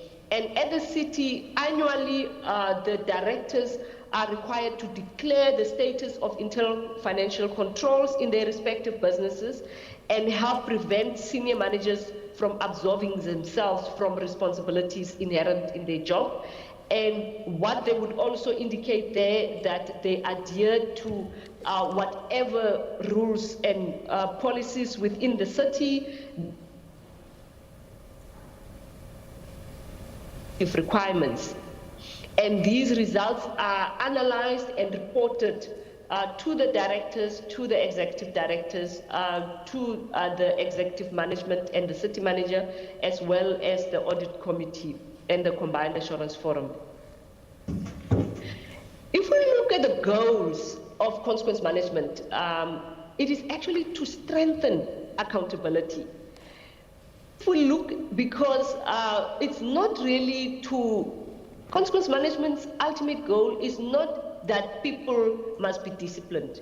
People would be disciplined because they have done something wrong and they need to be held accountable. However, the role of consequence management is really to strengthen accountability, is to make sure that as good managers, we formalize our goals, we communicate our objectives, we have sound understanding of financial and contractual project management, we know and apply system of delegations, and then we know the legislative framework applicable to local government and also our areas of responsibilities.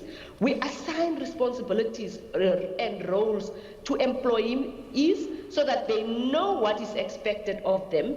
And then we assign specific responsibilities to ensure that work plans, project plans, and business plans targets are achieved. We gain buy-in from employees to meet and exceed expectations. We consult when we do the targets and how reasonable our deadlines are so that we ensure that they are achievable. And we apply appropriate consequences as per the individual performance management processes. Where rewards are due, we provide the rewards. Where training is required, we provide the training. Where there's development that is required, we do that. So that is actually the depth of consequence management. And then if we look at embedding consequence management within the City of Cape Town, what we have actually done, here we just have a diagram that really talks about the tone at the top and how it fits within the organization. In setting the tone at the top, the city values, which I believe every municipality does have, are promoted, and you need to promote it on a regular basis. Everybody must own the city values.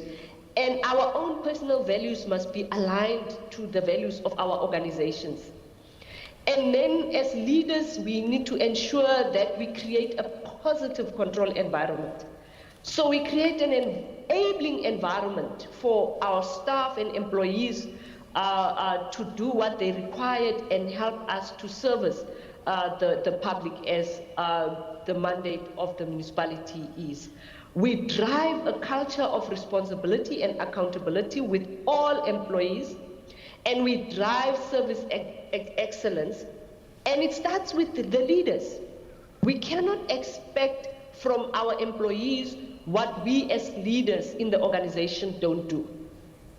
If a desirable ethical tone is set by management through them demonstrating the desired behavior and leading by examples, employees will be more inclined to follow. And it would be easy for you to influence and impact our staff because they will be seeing us leading by example.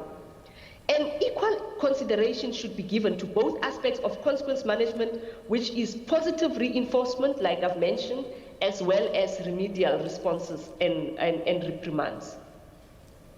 Let's just look at the alignment of city values to the King outcomes. Like Sidwell indicated that we've adopted King 4 within the city, so it's part of our policies.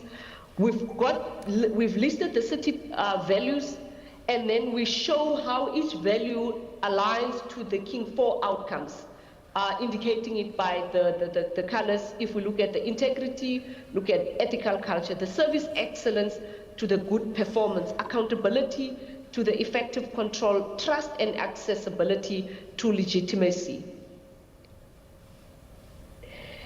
And then the ethics principle, like I actually indicated, the core of consequence management is really to ensure that we change the behavior of our staff, that we influence the staff, the majority of our staff, to be influencers themselves and be ethical and staff with integrity who do the right thing because they love to do the right thing.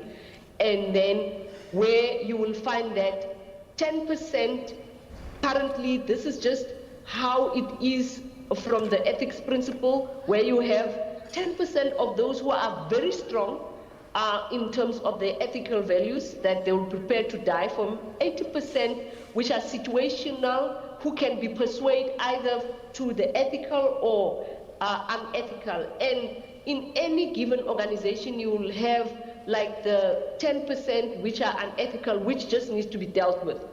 And those are the ones where you would know that, you know what, you just need to deal with it. If it needs to be disciplinary and outcomes of that, that would need to be. But what consequence management framework aims to actually do is to move that situational to that ethical behavior, so that the 90% of the organization and even more are those who are really strong when it comes to the ethical values, service excellence, with integrity, doing the right thing for the right reasons, and in such a way that it is really uncomfortable for the small percentage who actually do the wrong thing, and then those who do the wrong things in terms of not following procedure, that they are persuaded in doing the right thing, that you end up with an organization of service excellence that has a high level of integrity. Because if you can be successful in doing that, then you would really say that your consequence management rollout in your organization has been successful. Just from the city's perspective, we have actually adopted, council has adopted a consequence management policy, and then we've implemented those principles when it comes to accountability and responsibility, which includes positive reinforcements and remedial actions. And then the city managers also approved this standard operating procedure. And then we have also done the consequence management register and guidelines. If the policy really outlines why are we doing it, and the standards goes into details in terms of saying what is it that we need to implement from our policies and procedures. And then the detailed procedures really provide some guidelines of how are staff expected to be accountable and be responsible in their respective areas of work. And then there's also guidelines in terms of how they would need to report on consequence management, where we've started now in the past financial year to have our first consequence management register reported. And then there is a deeper rollout this year. The first one was really at certain level 2 assurance providers, which would be like the organizational effectiveness, labor relations, HR, and also the Office of the City Manager with the fruitless and wasteful expenditure that has been reported. And then in this financial year, the directorates are also expected to implement their own registers where they would actually also report and the Combined Assurance Office will collate that information and report at the end of the financial year on that. I've already touched on this, that it is really twofold. We know, and the one that is really very famous is the remedial responses and reprimands, where you're holding employees accountable in executing their responsibilities. And this type of consequence management is already exercised on a day-to-day, and then the accountability is really assigned to management. But then the one which we really need to understand is also part of consequence management is the positive reinforcement. As already mentioned, where we celebrate and reward staff, as I've actually already mentioned. I wouldn't want to go into the details there to repeat myself. And at the city, we also look at recognition and rewards events, where we would now in this financial year be able to see how can that be included in the register, where there are people who have done exceptionally well in the various roles, that is also reported properly. And then you look at leadership, out of the box thinking, enthusiasm, impact. Really, what innovative leadership has been demonstrated, and what evidence is there to show that. And the same applies to the out of the box thinking, what impact that has in the organization, and the new ideas that has really made a difference in the organization, and how what we do is impacting the organization and also the strategic plans. And how can we actually report on that and celebrate the high achievers? So really a consequence management process, you identify and report on the event, and you demonstrate the operational effect of that event that has taken place. And then you record the event. After you've recorded the event, you obviously need to take action. And then you record the action that you have implemented, and there's monitoring and review in terms of saying what is the impact of that action that you have taken, and then you report that in the register, so that you can actually see how does the actions, identifying the consequences of the actions and the events that needs to be recorded, both the remedial action as well as the positive reinforcement. How have they actually gone through the whole process, and how they are affecting the organization either negatively or positively? And that needs to be reported. Just consequence management from a combined assurance perspective. I've touched on the control environment and consequence management. And I've also touched on the fact that it goes beyond just the positive reinforcement. It is really establishing the effective internal control within the organization, where if you look at that, the type of controls that you would expect, though there are those that are organizational, and then you look at segregation of duties, and some would actually be physical, and there's some authorization that needs to take place, and approvals, and there's the arithmetical and accounting part of it, which would also feed into reporting, which would reflect in our stats and our data.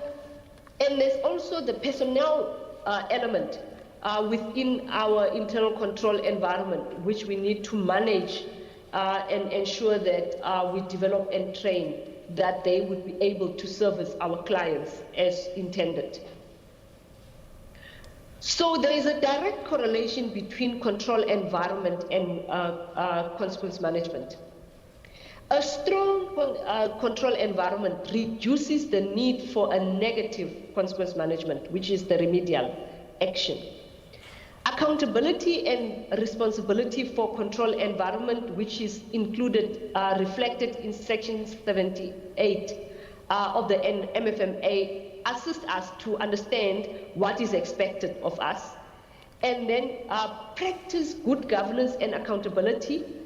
Yes, you can be maybe unpopular, but you do the right thing for your organization for the right reasons. You get your hands dirty in the beginning, not when things have gone wrong, before things actually go wrong. And then why are you recurring offenders tolerated? That is something that we need to ask. Then there's something wrong that we are doing at the leadership level, and then not just looking at the employees maybe who are regarded as maybe offenders when it comes to the extreme now. And we need to just take the appropriate action depending on circumstances. If we look at the scenarios depicting control environments due to the findings of the AG in 1718, I've just listed some of the issues that you need to look. Do you have the deterrent controls? Do you have preventative controls? Do you have detective controls? Do you have corrective controls? Those are decisions that you need to make as an organization in terms of saying, do you have all these things in place for you to be able to say you are applying consequence management? And I've given some examples of those. At the city, there is also like a notification such as directives, and we also sometimes have staff news and management news where we would communicate to staff the guidelines and refer to policies and procedures. I'm not going to go into the detail of this because I believe we all understand the combined assurance model, and I know some of us have level 1 to level 3, some have to level 4, and there are also others to level 5. And I'm just showing how this really fits in and the responsibilities of everybody. And then combined assurance effectively coordinates the efforts of management and other internal and external assurance providers and increases their collaborations to improve the control environment. And we've already shown the link between an effective control environment and good consequence management within the organization. Just looking at the city from, as an example, we do have council, we've got the Audit and Performance Audit Committee, we have MPAC, we have the Financial Misconduct Board, and then the city manager, the line management, which would include the executive directors, managers, and then we've got the officials, and also we've got the probity office where internal audit, forensics, risk management, city ombudsman fall under. And in all these sections, there's also the level 1, level 2, level 3 assurance providers. I mean, we've got the SEMs in there, the contract management units, and the finance and all of that, the HR, which have a role to play either as a level 1 assurance provider or as a level 2 assurance providers within consequence management. There should be a consideration in cases so that you would know that are you dealing adequately with all these matters? Because we know there's a legislative requirement of MPAC to investigate and determine if there was value for money on those fruitless and wasteful expenditures.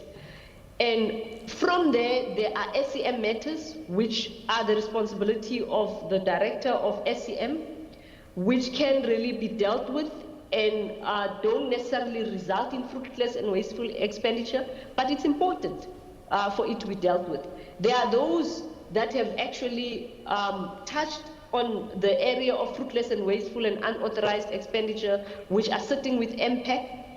There are those that are sitting with the FMB, which touches on whether there is, to determine whether there is a financial misconduct board. And there's also the Audit and Performance Audit Committee, which looks at overall governance and see are all these functions and oversight committees working.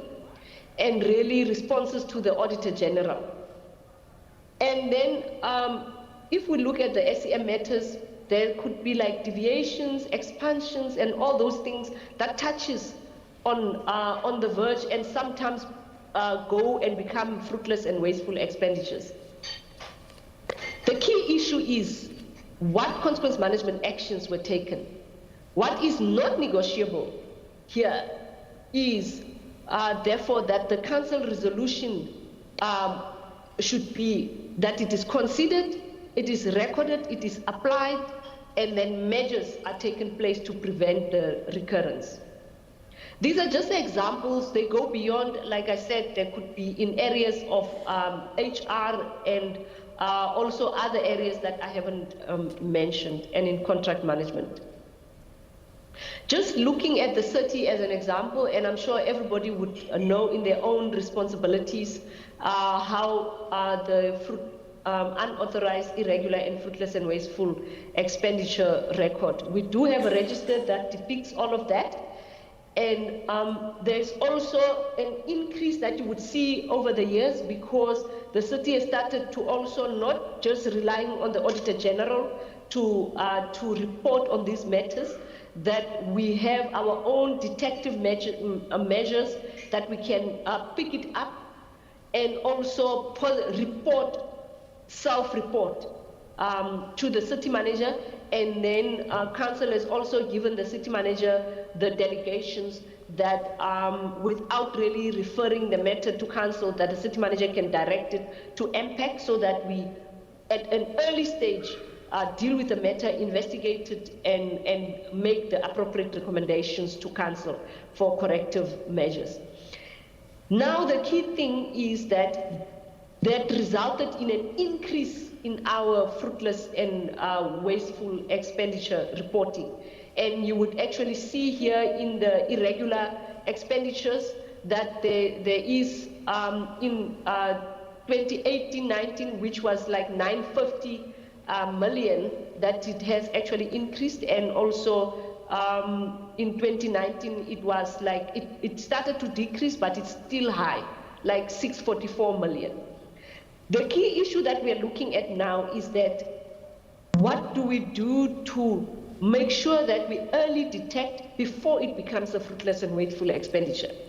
The preventative controls within the departments, so that we deal with it and we avoid this, and when we reduce the figures in this register, that it is not false comfort that we have nothing, but it would mean that at the bottom of the organization, at the lower levels, that we have embedded consequence management in such a way that we've improved our control environment, and we pick up these things before they become wrong. If, for instance, contract needs to be extended, our effective contract management happens early enough for us to do that process before the expiry date of the contracts. Detection has like the proactive and reactive measure, where we would actually, from a proactive way, we detect when there are deviations sent to the SEM, and then also that line managers themselves. We've got also the CPPM unit, which deals with the project and management within the capital project management unit within the city, who would analyze the capital expenditure of the organization and pick up certain possible irregularities or small movements, slow movements through our contract place. And our contract unit will also look do we have our contracts in place, where are the expiry dates, have we started the extension where we need to extend, or if contracts are about to expire, does the work show, based on what we have reported, that we are at completion stage? Those are the things that we actually have touched on. The reactive, I'm not going to go in detail there. This is really just, I'm not going to go into detail, just a demonstration for us for the 2019 overall outcome. It's really City of Cape Town based. So you will just see how we actually have not a clean audit because of non-compliances to regulation relating to fruitless and wasteful expenditure and project management, which is really an unqualified findings. Thank you very much. Lindy, you can work towards wrapping up. Okay. Yeah, and as you wrap up, could you also, once you wrap up, go back to that assurance level slide, just leave it on so that we can enthuse the audience to speak about it. Sorry to disrupt you. Thank you. Okay, thank you very much, Sidwell. So I won't go into details in terms of the key findings. You have the slides you would be able to pick up, just that you find, and then also the key recommendations from the Auditor General in the city space, which should maybe be common with others, and the oversight. This is what the city is doing from an audit action plan to ensure that we reduce the fruitless and wasteful expenditures, and also that we implement the recommendations of the AGSA to move towards a clean audit. The monitoring part I have actually touched on in terms of the culture of consequences and holding staff accountable. I won't go into detail. I have spoken about the self-reporting that the city have started from that perspective to ensure that we know what's going on before the AG brings it. And then this slide really just shows you how MPEC reporting process goes within the organization. And the FMB reporting process within the organization to make sure that they deal with the processes as required by the terms of reference. And also, I've already touched on the consequence management registers, and then I've shown how we've done the consolidation. And the role players within the monitoring of consequence management, I've already touched on it when I showed the brief of the combined assurance framework. And then the key issue that I want to show is that there are no rewards or punishment, only consequences, as WR has indicated, and without consequence, accountability is not achieved. And then while we are free to choose our actions, we are not free to choose the consequences of our actions. It is easy to dodge our responsibility, but we cannot dodge the consequences of dodging our responsibilities. And then good corporate governance is the key enabler to service delivery. There is consequences for every action, whether positive reinforcement or reprimands. The key purpose of positive reinforcement is to create a perfect alignment between employees' personal goals and values and that of the organization. Effective consequence management enables individuals to serve the organization with passion, with excellence, and with integrity. The purpose of consequence management is to change the behavior, creating an ethical, responsible, accountable, innovative, productive, fulfilled, and joyful employees, leaders, clients, stakeholders, and the public. And that is it, Sidwell. Then I will just move back, like you indicate, to the slide that is combined assurance. Is it this one? The assurance levels, yeah, the one, the AG assessment on assurance levels. Okay. Okay. Assessment of assurance providers. Next slide. Okay. Next slide. That one. One back. Must I move? Backwards. One slide. The assurance assessment of assurance providers by AG. That one on the management report. Okay, on the management AG management report. That's correct. Yeah. Okay. Let me go back to the AG management report.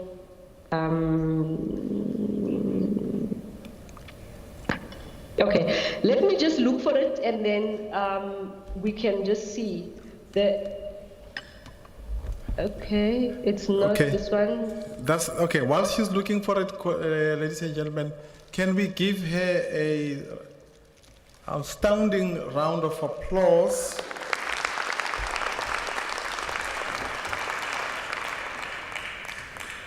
The reason why I wanted Lindy to go back to the slide on assurance levels.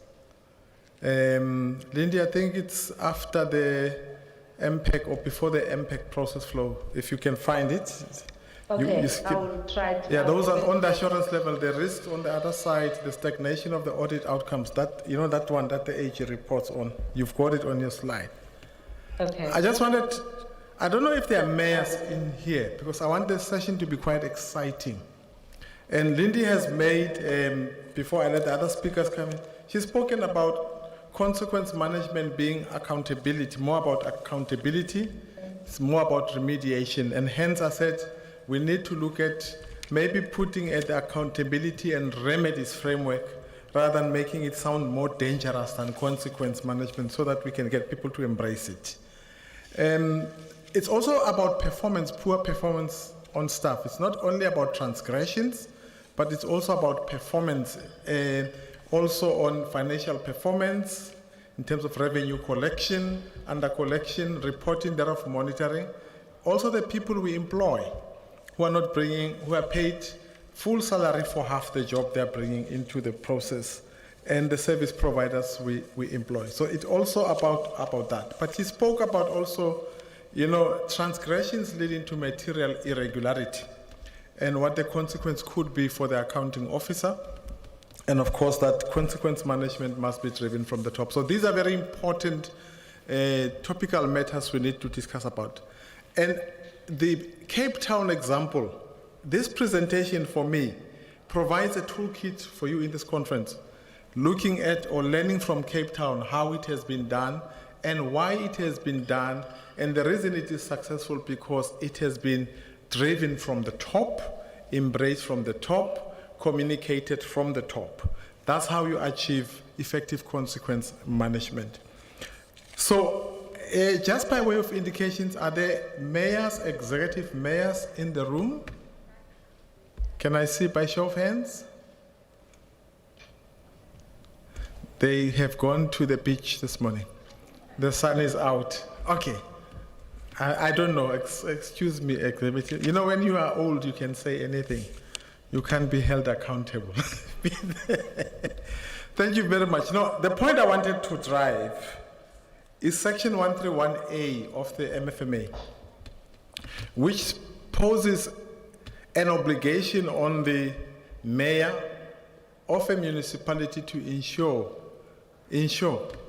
the implementation of audit outcomes. It's a burden, it's a legal responsibility that is imposed upon a mayor to ensure that. And often we get these outcomes coming from the audit, internal audit action plans, AG action plans, which are not implemented. And it is the mayor, as the custodian of the strategy and the resources of the municipality, the budget, that must ensure that remedies and consequences are applied by law. So I just wanted to find out if the mayors understood that responsibility. The last part, that which I wanted Lindy to show, in terms of those the pictorial, you would have seen that assurance dashboard of Cape Town. Everything is green. What it means, the assessment by the AG, where they say the accounting officer, senior management on the one hand, accounting officer, executive authority, and so forth, provides assurance. They'll make them, audit committee, they'll make them green. Where they are not providing assurance or some assurance, they'll make them yellow, and they'll put arrows. Where they are not providing, they're providing some or no assurance, they'll make them red. And any municipality that wants to implement consequence management must ensure that its assurance levels work. And Lindy spoke about the concept of combined assurance. You cannot run with consequence management if you do not have a proper combined assurance, where at all levels accountability is being embedded. So I thought that presentation will be helpful. Please visit the SIGFARO website later this afternoon, get yourself this presentation and learn from it. That's the presentation. Thank you, Lindy. Thank you very much. I just want to show you that although Cape Town has not achieved a clean audit, you'll see. It's unqualified with findings. However, that's the wrong one. Is it the right? No, that's the wrong one. 1920. It's the right one. Okay. Yes, it is the right one. Okay. Yeah, it's unqualified with findings. So, okay, there is green, but here is it yellow. Am I correct? Yes, it's yellow. You'll find here in the presentation 1920, it's unqualified with findings.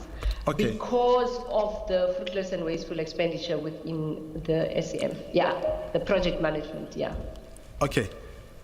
I think if we use, colleagues, if we use this assurance level assessment, this is the window through which council must look at itself. We can go to the framework, we can go to disciplinary, but this is the window you must look at yourself. Look at the 3 years findings of Cape Town. 3-year finding assessment, it's unqualified with findings. There are a number of matters on emphasis through to regular expenditure. But look at this, I just want to show you the senior management provides some assurance, and this has been consistent over the 3 years. It's stagnant. Can you see that arrow? It's yellow and round. City manager, because of these managers, also provides some assurance, and of course the executive mayor, politicians can be happy, provides full assurance. So there's no doubt on the executive mayor or the mayor's responsibility in terms of one-to-one. So the mayor is doing his job in terms of that. Look at the audit committee, internal audit in terms of the assurance level as a second level. This is the first level of assurance in terms of the combined assurance framework. This is the second level, and this is the third level. You'll see audit committee, internal audit, municipal council, and MPEC consistently, even the arrows, they are consistent in terms of providing assurance. So there are no issues there. There are issues here, and where remedies and accountability must be applied, it would start here. But it will be driven from the executive mayor, and also it will be overseen by council if it happens. So this is very important. And you can see this side, what the reasons are that led them to not providing adequate assurance. In fact, if I was a senior manager in Cape Town, I would be worried that I'm deemed not to be providing full assurance. What the heck am I doing in terms of managing the processes? I'm a process owner and the risk owner and the controls owner. If this level of assurance is granted, or cited on me. The beauty, or maybe the fortunate part for now, is that this report does not go to the public. It's drawn to the attention of management. But imagine if this were to go outside, using the Cape Town example, and which is one of the clean, well-governed cities. You'll see where the issues that brought this, not for them obtaining a clean audit, it's here, on the risk areas. The risk areas, supply chain. Irregular expenditure, there. It's an issue of contract management. I follow these reports, extension of contracts that were awarded irregularly, which could not be terminated. So this is the area which we need to guard for. But the measures that Cape Town has implemented, you can see good governance, green, financial performance and management, proper issues of recording, it's linked to that one. If you see that some issues of tax clearance and so forth, I can read this even without going to the document. I can tell you the story behind this. Lindy can confirm that. And of course, IT still challenges. So I'm just saying, without going into depth around the Cape Town issues, when we start, this is the starting point for consequence management, and we've got to look at that.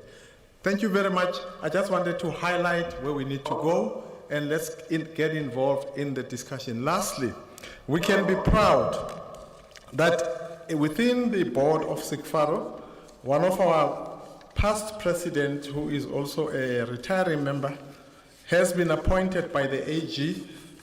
Her appointment 9 months ago was confirmed as one of the board members for material irregularity, Jane Masite. So all these cases of material transgressions in terms of the PAA, don't say you know SIGFARO when you are prosecuted accounting officer. She's retired. Thank you very much. But just a round of applause for Jane for that accolade. Colleagues, I'm going to allow one of the speakers online, Nomsa, to prepare to give us a 5 minutes to 7 minutes presentation.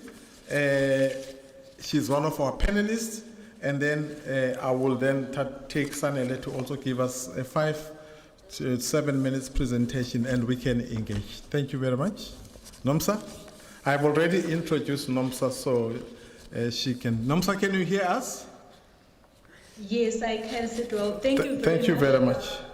And thank you for the opportunity. So I'm not necessarily gonna go into the introduction. I'm literally just gonna go into my thinking around the topic that has been presented here today. So you can just confirm if you can see my screen. Yes, we can.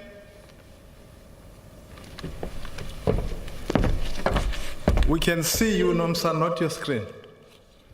Do you? Hence presentation. No, the presentation is not up, but we can see you. Okay, lovely. So I think my thinking around the talk really is how can we, from the technology perspective, how can municipalities use technology and AI as an enabler to protect the purse of the municipality? And I think one of the things that were mentioned in the presentation was that how can we ensure that we are preventing, because there's one thing to get to the stage of consequence management, but what can we do? You know, as all the stakeholders that are playing in the government or in the local government space, what can we do to ensure that we don't even get to a place where you have to consequence management, people are going to jail or are arrested because of the wrongdoing. So I'm gonna go straight into my thinking around it. So I think the biggest thing that we need to be looking at is the organizational culture. Because if you think about it, there is legislation that governs municipalities. There are policies that are governing municipalities, but somehow year in and year out, when the audit report comes out, it shows that we're still experiencing great challenges when it comes to wrongdoing, fruitless and wasteful expenditure. So what is it that we can, or I believe we need to look at as people or as players in the local government? I think the organizational culture, that's where we really need to start.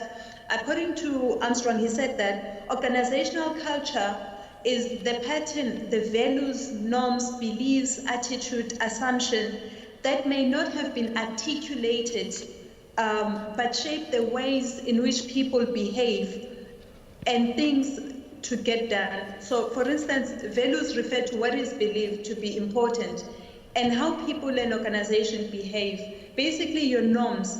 So these are the unwritten behaviors to say, how are people behaving, you know, in a municipal setup, be it the employees, what is their behavior, the people that are leading the municipalities, the stakeholders, be it service providers or other stakeholders that are entrusted to ensure that municipalities are running effectively.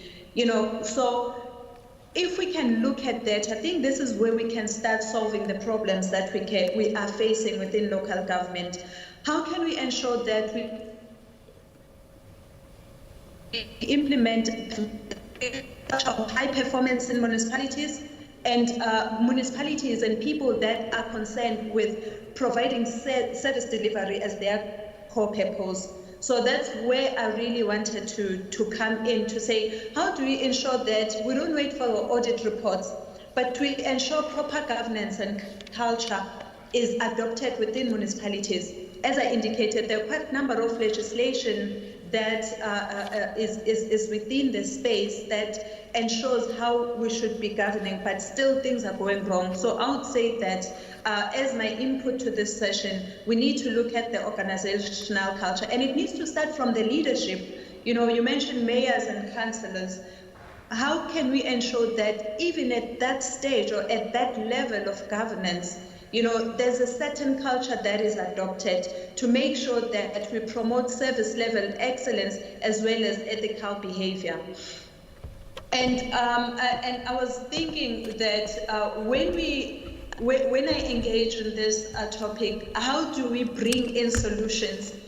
I think the previous speaker has gone quite at an extent in terms of explaining what the challenges are. But how can we then bring in technology to solve the problems that we are facing? So municipalities are sitting with a lot of data. How can we use predictive modeling to ensure that we look at the challenges that are being faced, we analyze the challenges, we look at what has happened historically, we look at the cases that are sitting, and we use that information to make sure that we drive positive outcomes when it comes to consequence management, when it comes to people not taking responsibility in their spaces of responsibilities within municipalities. So the idea is, how about we use technology, and ensure that during the procurement process, there are those predictive elements that we can look to say, if this is done, it will lead to fruitless and wasteful expenditure. So even before something wrong happens, we're preventing it even before it happens. So those are some of the things that I thought we should look at to say, when we look at technology, how about we implement your predictive modeling? Thank you very much, Nomsa. A round of applause for Nomsa. I think the point on tone at the top is overemphasized. That was the mayor's opening speech at the conference. The mayor Tegwini says, it's not about do as I say, it's do as I do. And let's not meet at the hotels. The second issue of predictive modeling, it's about preventive controls, it's about detective controls, and you use data also to help you analyze the trends so that you can put systems that could help you. But if you automate that and use technology to assist you. I think Nomsa's presentation is quite insightful. I want us to engage, and I think as a solution provider, she can give us practical examples on how to go about that. Thank you very much, Nomsa. I am going to allow Mr. Ngema. He's a serving executive member of SIGFARO in KZN. He's an auditor. For some reason, this session is more by auditors and by default because they know all the secrets of the organization. That's why they've brought them here. He's also a member of EMSA, Institute of Risk Management of South Africa, and a member of the IIA. He is currently having 13 years experience in local government internal audit. Sanele is from Umlalazi municipality. I am going to give him 5 to 7 minutes to give us his input. A round of applause for Sanele. The solution provider, she can give us practical examples on how to go about that. Thank you very much, Nomsa. I am going to allow Mr. Thank you, Program Director. I know ideally you'll want to see the ladies here, not me, but life is not fair like that. Greetings, colleagues, all protocols observed. Colleagues, I'm not going to be long. Today, the topic speak about consequence management, as it's been said by the Program Director.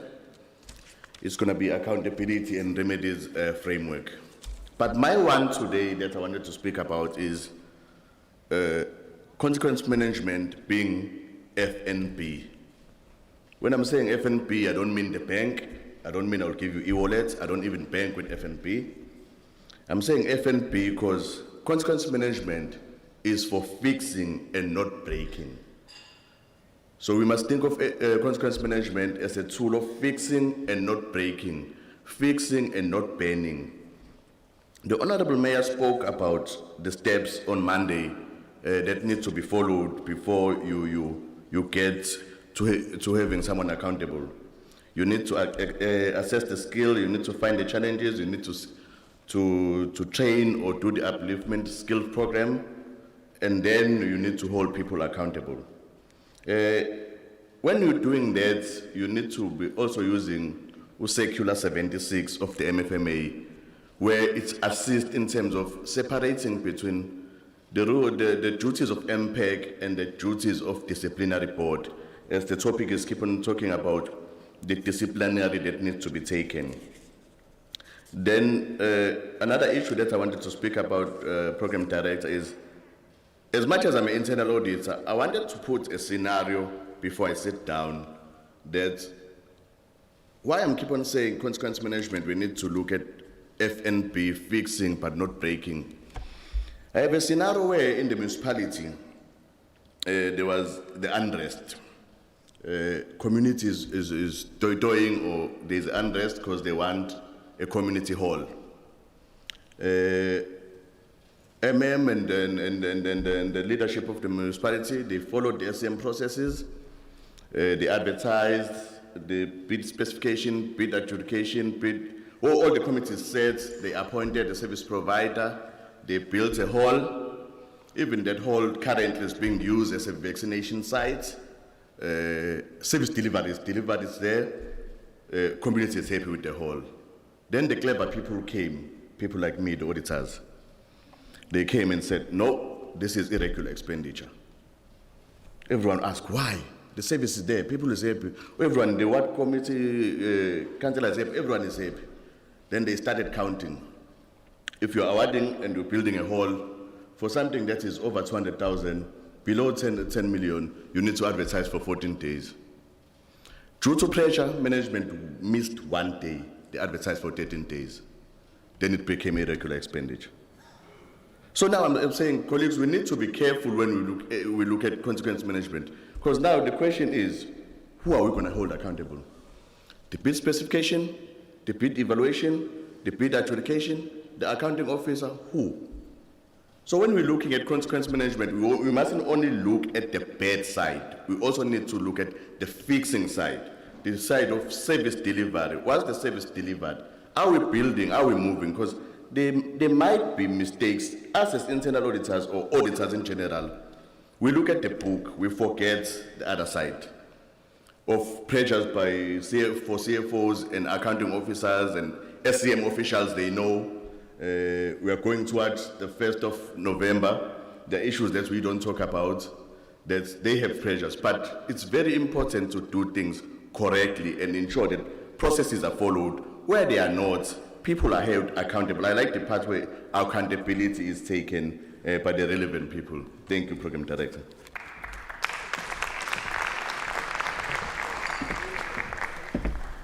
Thank you very much. It's FNB. We're learning new things today. Accountability is about FNB. Okay, fixing, not breaking.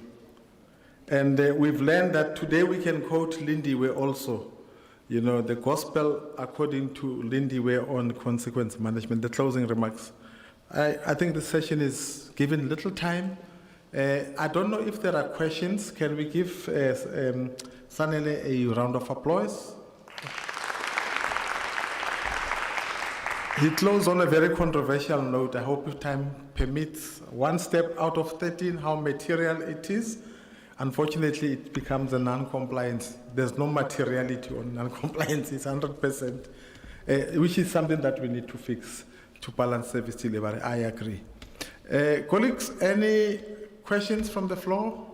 Whilst I'm waiting for the questions to be raised on the 0665040889 WhatsApp. Are there any questions from the floor?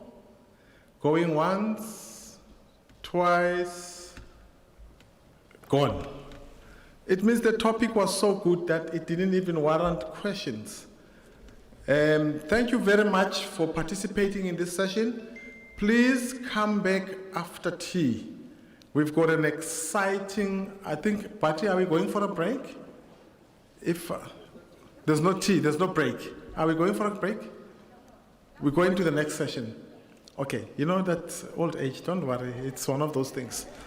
Okay, can I take this opportunity then to thank you, audience, for your participation.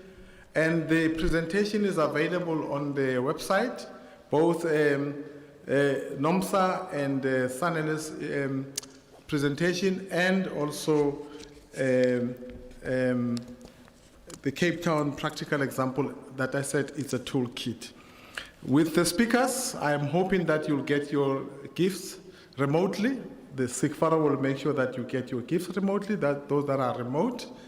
And for me and Sanele, we'll get ours just now, in a jiffy. So I am going to call upon our former president, retiree, Chris Nagaru, to come and present Sanele with his gift. Of course, with Chris, everything goes with a kiss, so I don't know how you're going to manage that.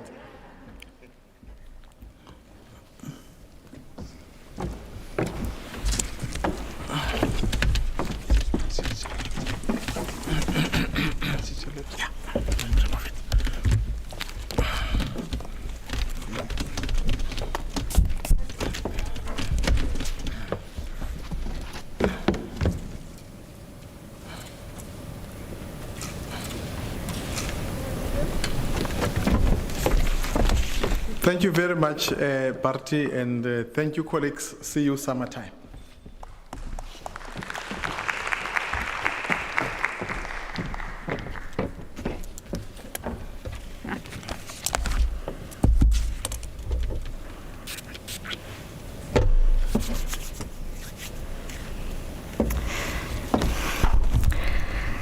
Thank you once again, Sidwell. I think this is the most exciting part that we all have been waiting for. We have, and I hope that all of you have gone out and filled and entered the competition. So our platinum sponsor, they are here to come and do a draw. So I call upon Intiso Consulting to please come forward to do the draw. Or have you already done your draw? If you have, then that will be great. So for all of you, I hope you have entered the competition. So this is, if you're not here, you don't win. You have to be here to win the prize. So anybody outside, please come into the auditorium. Unfortunately for our virtual members, there's no... One prize for virtual, 2 prizes. Oh, there's one prize for virtual, and there's 2 for those who are here. So... Okay. On the virtual platform, you will just need to raise your hands. So we need to put them up. Okay, so what do we do? Have you done your draw? Right, thank you. Can I use this one? Yes, sure. Good morning, delegates and colleagues and everyone. Thank you very much for affording us the opportunity to come and hand over the prizes, and to thank everyone who managed to participate in our survey for 2021. This survey goes to the thought leadership material that we produce and distribute freely within the local government space and the municipalities. And you are most welcome to inquire deeply about how your municipality fared, because this is a benchmarking survey on revenue, which can help you with certain pointers of how you can improve on your revenue going forward. And of course, the pointers are based on what and how you've answered them. So we're going to do the draw, but I'm going to ask you to be the one who dip your golden hand into the vase there, because I don't want to have someone saying my fingers are super glue. So we're going to draw. The black are people who are here, and the green is the virtual. So whichever one comes out first, not an issue. Not looking. The money or the box? Okay, so the first draw is in black, and it is Mazui Biase from Richmond Municipality. Are you here? Yay! Please come up and take your prize. Yay!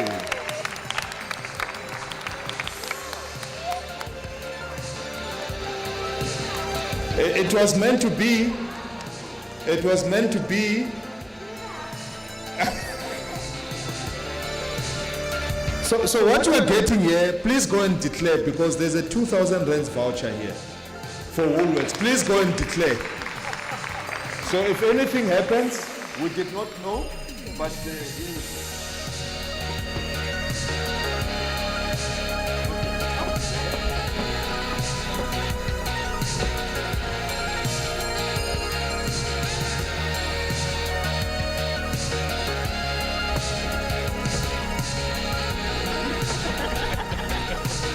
Thank you very much and congratulations, Mr. Biase. Well, for the next draw, let's see your golden hands. No, these are your golden hands. Your golden hands are doing well. You heard Lindy said this is a first, so you must have a lucky charm somewhere. So please go ahead for the next one. Maybe we'll get a green, maybe we'll get a black. Green is online. Black, you'll be here. Oh, we've got another black one. Yeah. So this is Thokozani Gambu. Thokozani Gambu. Thokozani Gambu, going one. Going twice. Going twice. Oh!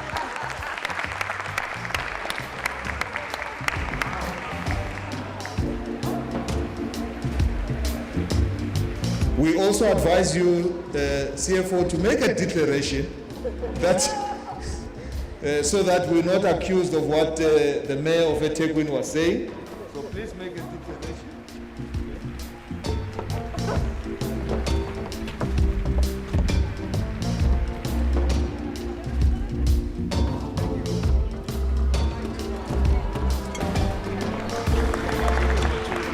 And of course, the last one is going to be the green one. So let's look forward to those who have logged in online, and let's hope that we come up with a green slip. Please do the honors. Until we get one. It's not a green one. So we'll take it out. All right. Just are there many green? It's not a green one. I don't see any green here. I am colorblind. No. Okay. We shall draw until we get to the green one. Yeah, you got a green one. Okay, there you go. Well, Nancy Rampedi, Makado Municipality. Is she virtual? Can we see on virtual if she's raising her hand? Is she virtual? Oh, is she here? But how did this happen? Eh? How did she write it in green? But why is it in green? Were you at home? Were you virtual? Okay, if you were virtual, I'm afraid we're going to have to take you. So please come through, ma'am.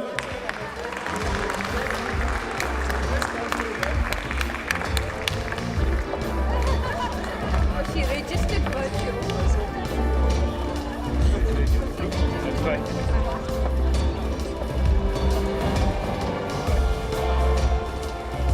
Okay.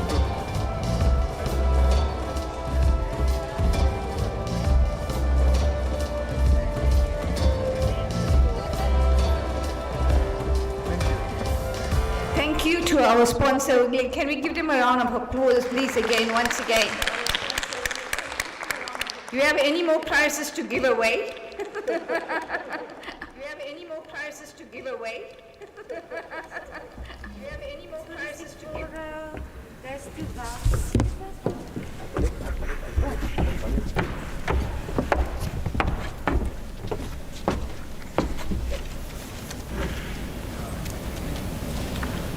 It's not me, I promise. But the names is at the back.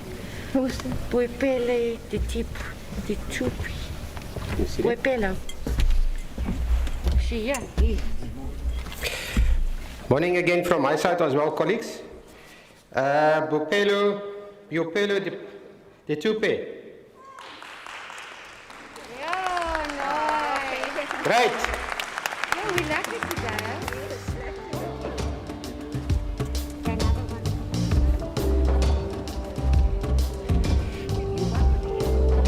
No. There's another one here. And let me just say this one is one night stay at Mararani Elangeni Hotel. Thank you to the sponsors, Togo-san. One night for 2 people. The next, there's another one I've got here, is Mojalefa Chaka.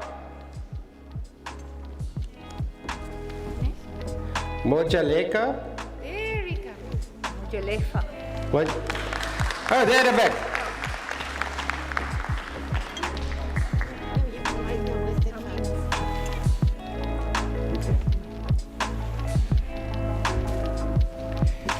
And this one is for the Edward Hotel, 2 nights stay for 2 people.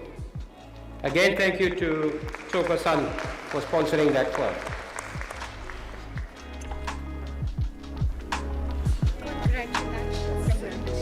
Congratulations for that. Look at the camera, yeah? No, don't look at the price. Thank you. Thank you. That was from Sikfaro, am I right? Lindita, was that from? Oh, from Sogo-san. Thank you, Sogo-san, for those vouchers. So, ladies and gentlemen, we've been waiting for this part of the ceremony, and we actually come now to the closing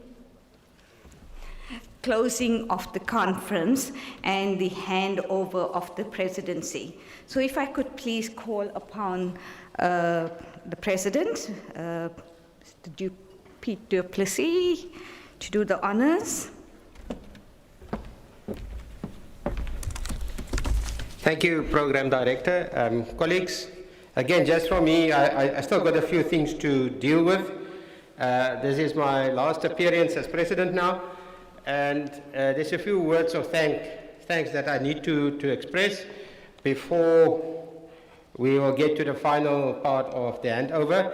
And I know my colleague, the incoming President, is a bit jittery. I know the feeling, but just bear with me. It's just a few more minutes that I would take your time.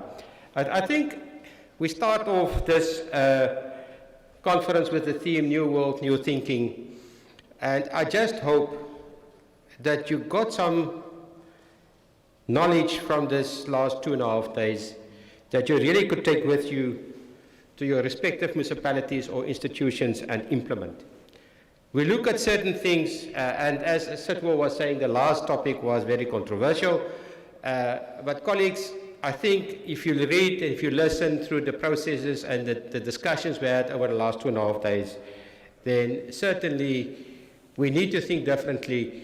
And now is the time to act. Now is the time to implement. So I really hope and pray that that will happen. Then when it comes now closer to the business of the day, I just want to say thank you to my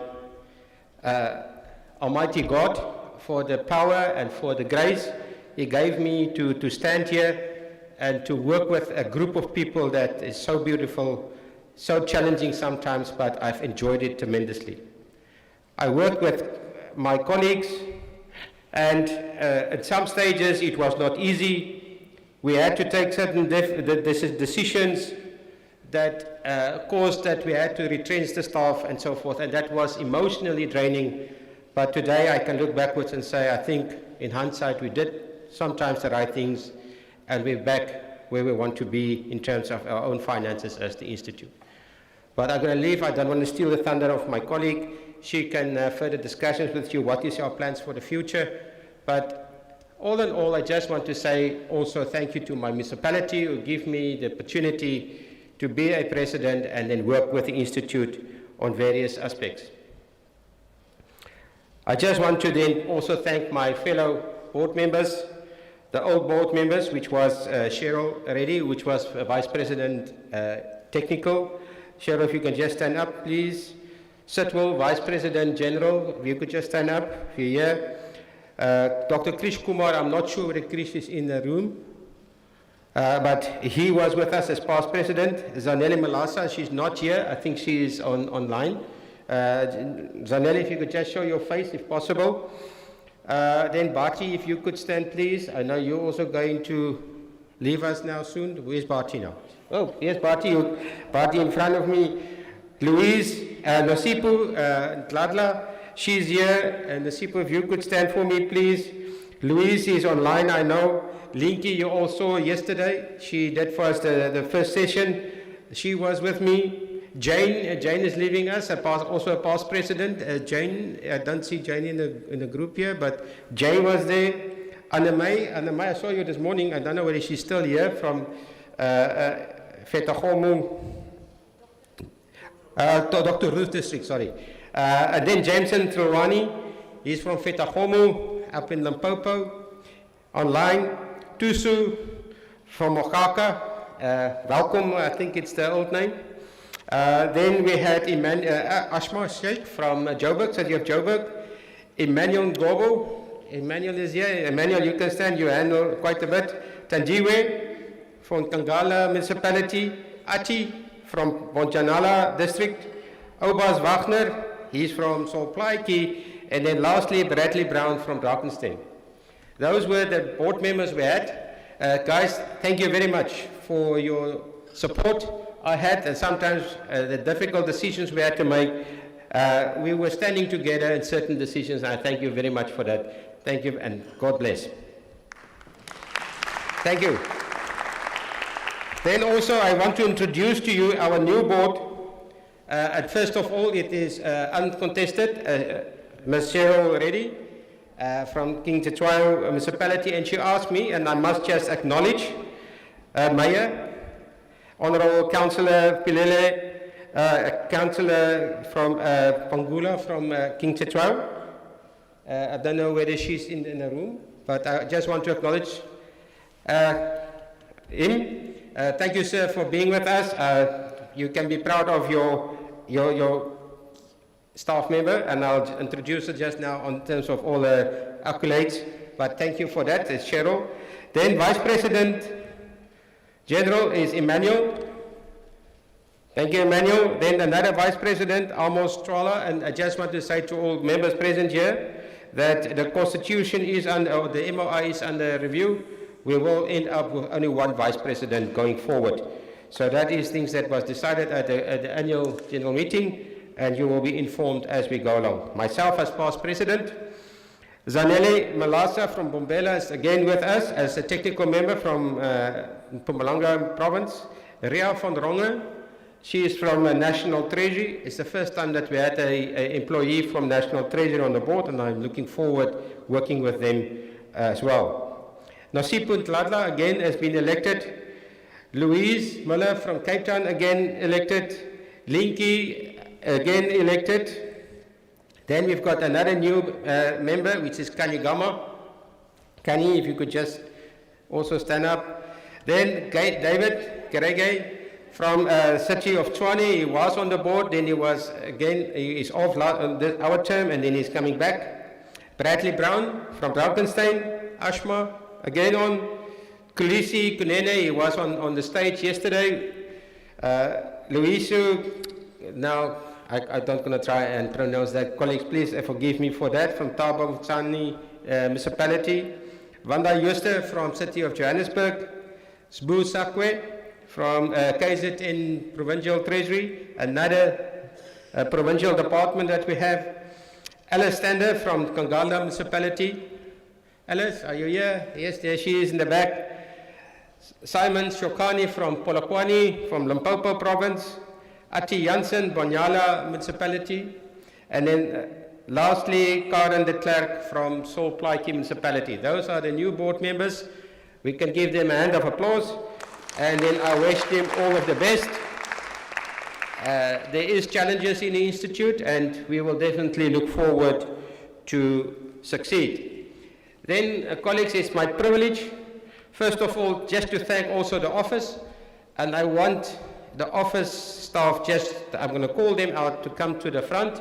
It is Ira, it is Esther, as well as Lindy. Alina was also supposed to be here, but I just want to say, everybody please keep her in your prayers.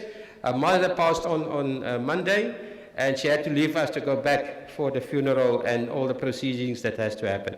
So we think about her as well. And whilst the staff is coming forward, I also just want to mention to you that the past president, Hans Brits from Mangaung, also passed away a couple of weeks ago due to COVID. So this monster is still with us, and let's keep those people also in our prayers going forward. Colleagues, as I've indicated, one of my most difficult decisions that was taken and I had to execute was to tell the staff at the office in December last year, we have to invoke Section 189 and retrench everybody. And it was not easy. Each and every staff member was retrenched, and then we had to reappoint staff to continue with the Institute to render a service to you as members. And we continue to do that. And those of you who keep your ears on the ground, you would have seen quite a bit of training programs that's coming through, and it's all hard work. Where we had 15 staff members in the office, we only got 4 now in the office. Where we paid, and I'm not going to mention the numbers, but a reasonable salary, we had to cut those salaries to 1/3 of that salary. And these staff members standing in front of you today was willing to support this institute with loyalty. And colleagues, thank you very much. Yes, thank you. So I thought it good. They're not knowing about this, so I've got this in my hands. They don't know what I've got in my hand. But I'm going to give it to them now, and each one of you get a weekend for free for any Tsogo-san destination of your choice.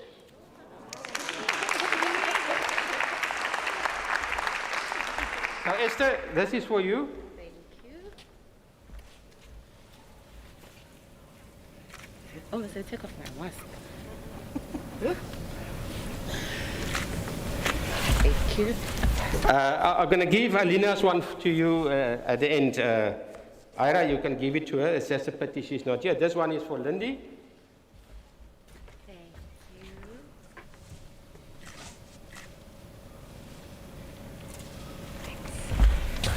And then the last one is to Ira. Ira, thank you very much.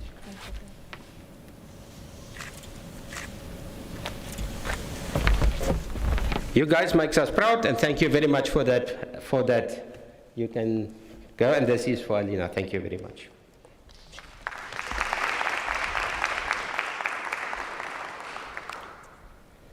But you mustn't go too far, Ira. I want you to take off this chain once I finished here, when we had to hand over to Cheryl.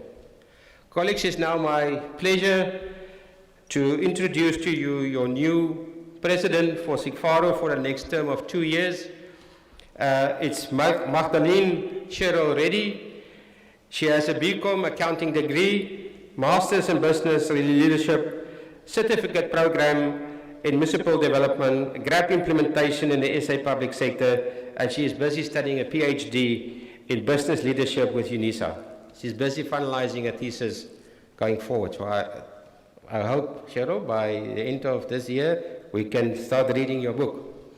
Then her current position is Deputy Municipal Manager, Financial Services at King Tshetswa District Municipality. She is the CFO at the municipality. Her work experience, Senior Manager since 2002 until 2011, CFO since 2011, 10 years. It's an achievement. Ask me, I know. To be a CFO is not easy. Those of you sitting in the room today who are CFOs, you would know being a CFO is not an easy task. There's pressure from top and there's a pressure from bottom. And then there's the AG that comes in, UIFW is another problem, and so we can continue. So to be a CFO is really a daunting task. It's a different breed of people that's willing to take up that responsibilities. And to do it for 10 years, I think it's quite an achievement. Acting Municipal Manager, December 2011 to June 2012. Then again from January 2018 to June 2018. 19 years experience in local government finance, of which 11 years is at CFO level. Private sector finance experience.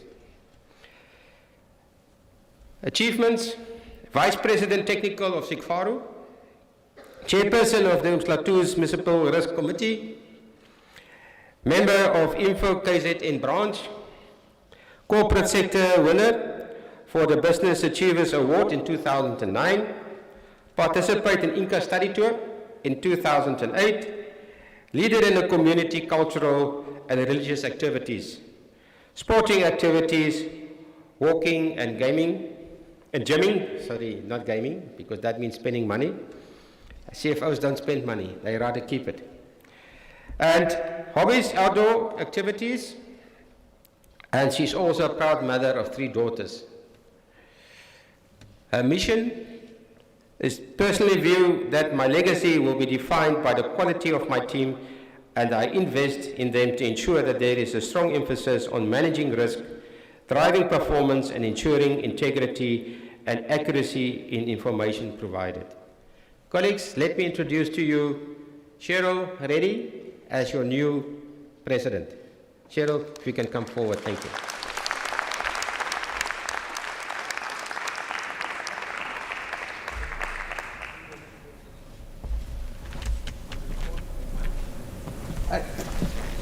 Thank you for reminding me just to mention that as well, Sitwell.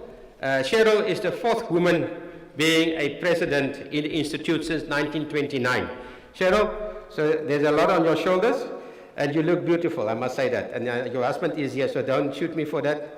But you really look beautiful. You're okay, welcome to come up.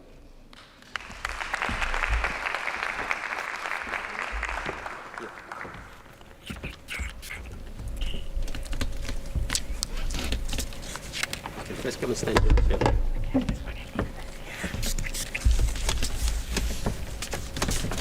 Hand of me.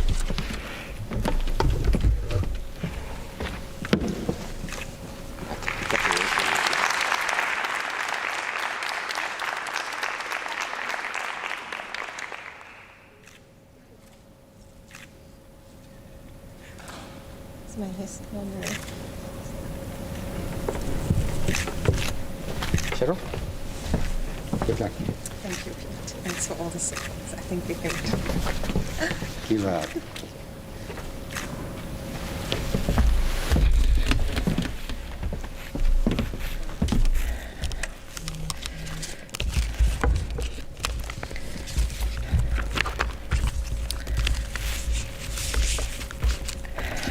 Wow.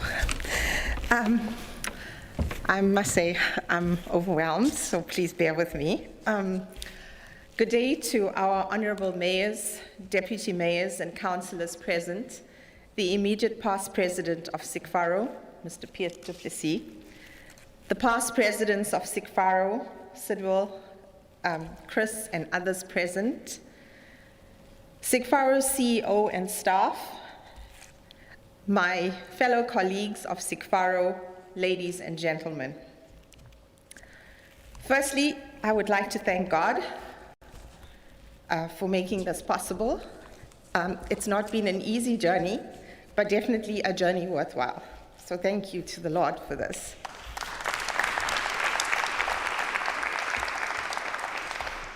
I also firstly, thank you to the past president and the board for the support that I received from you as well as vice president of SIGFARO in the last 3 years.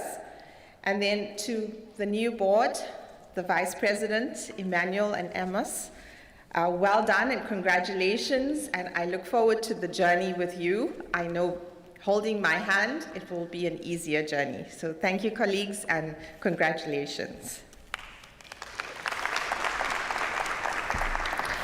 So as Piet has indicated, on a personal note, my husband has traveled from Richards Bay this morning to be with me. Thank you so much for the support that you've given me over the years.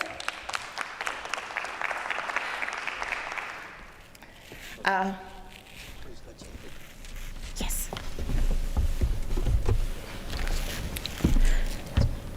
You've supported me through my position at King Cetshwayo District Municipality, my commitment to SIGFARO and other boards. You've stood in when the mom was absent, and you've ensured that our kids have had a very good and solid grounding. So thank you to that, Mervyn. I'd also like to thank my mom and late mother-in-law for all the help they've given me over the years. They say in South Africa, it takes a community to raise a child.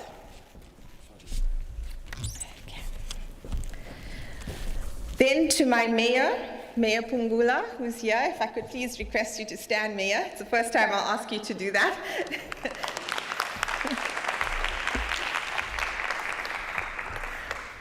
Mayor, MM, and Council of King Cetshwayo Municipality, thank you for allowing me to grow in the municipality and to be able to go out there and to be a mentor to others as well. You've afforded me many opportunities over the years, and I'm very grateful for that. Without you, this would definitely not have been possible. I hope that the opportunity you've granted to me will make you proud, and that I can also mentor future leaders from King Cetshwayo District Municipality and South Africa. Thank you, Honorable Mayor, for your support.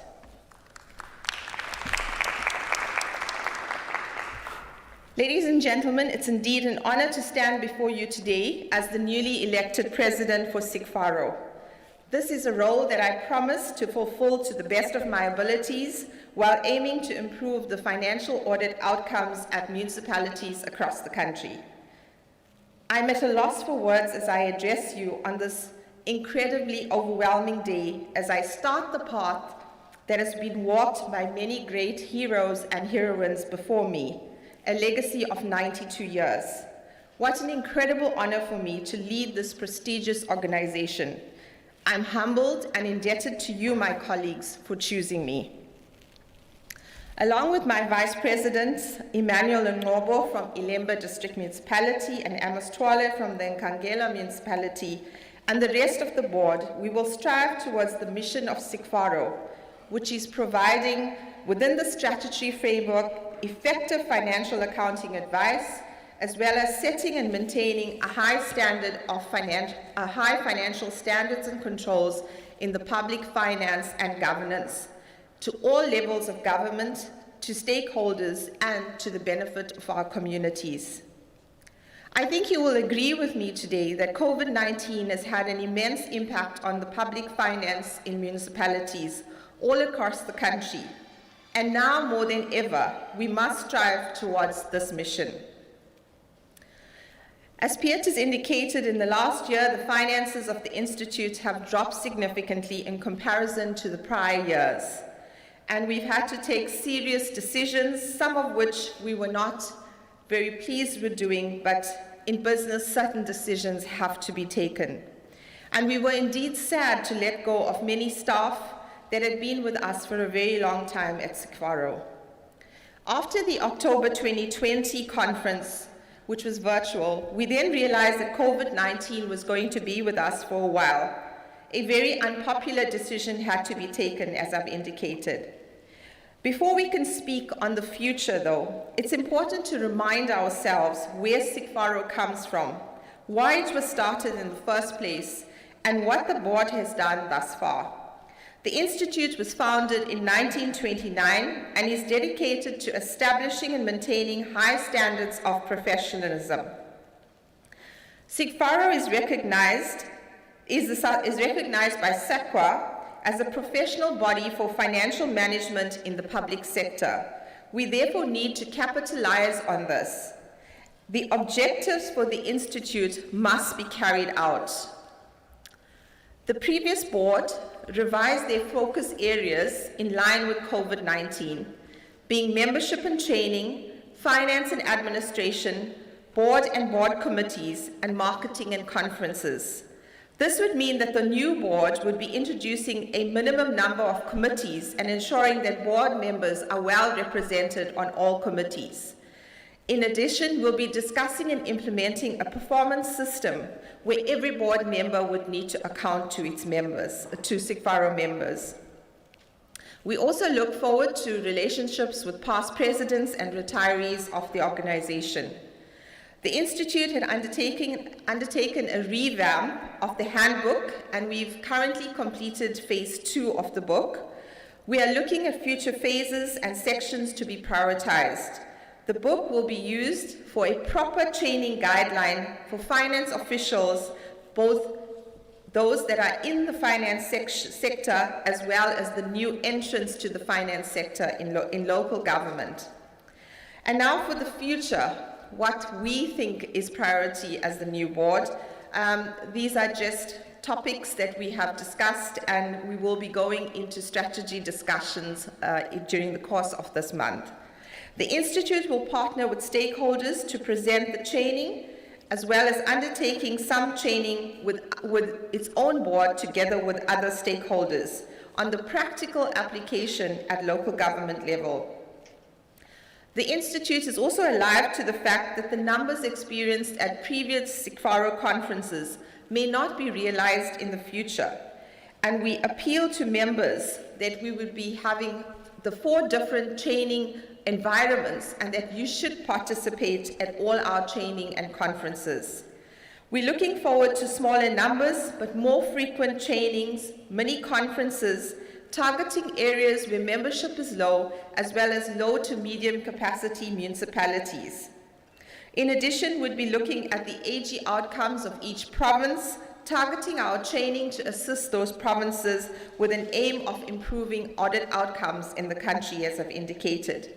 Budgets of municipalities are strained, resources are scarce. Let's put them to good use and get value for money from our trainings. Another key aspect for the new board will be the professionalization of the public sector. The board will work together with National Treasury, COPTA and Public Administration to push for SIGFARO to be recognized as a key competency required for CFOs. We are convinced that the mainstream degree of some recognized qualifications by National Treasury does not have direct application to the public sector. SIGFARO will be seeking to ensure that public finance coursework is accredited by us in order for the theory and practical knowledge gained at tertiary level to be used in local government.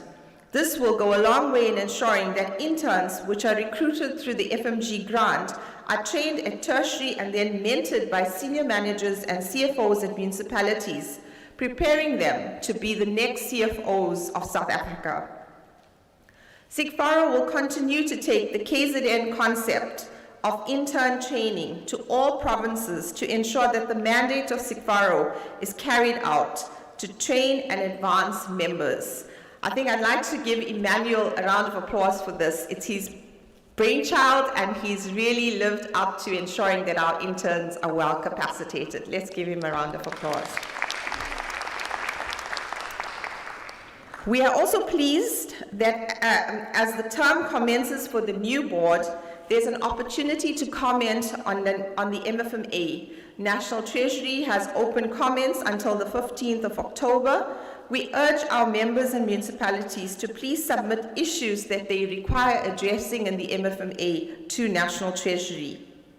As Piet has indicated, there has been changes on our MOI, which was approved at the AGM on Monday, and we will then have to ensure that we have a constitution for the new institute.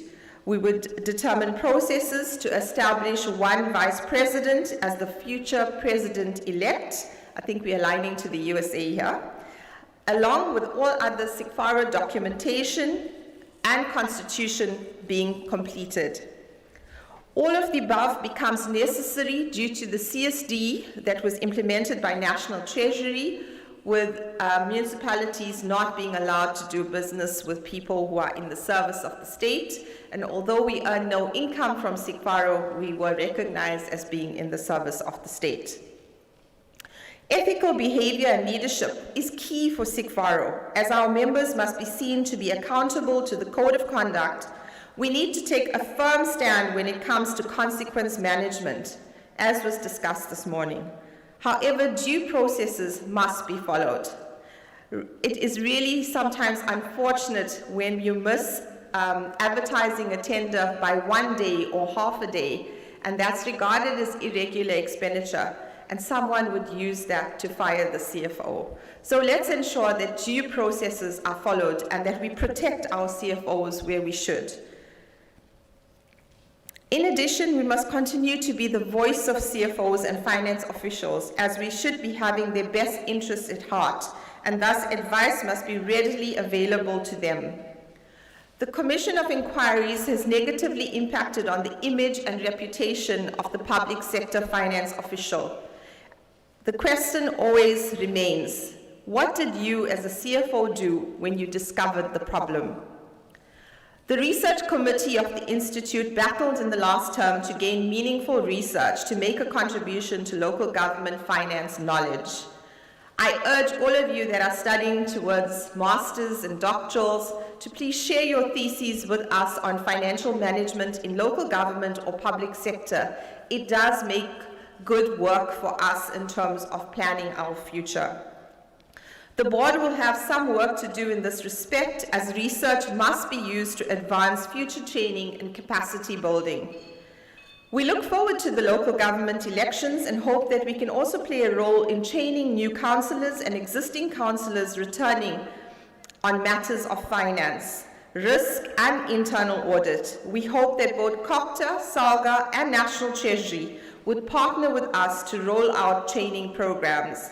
In addition, new CFOs will also be appointed when contracts end, and all CFOs may also return.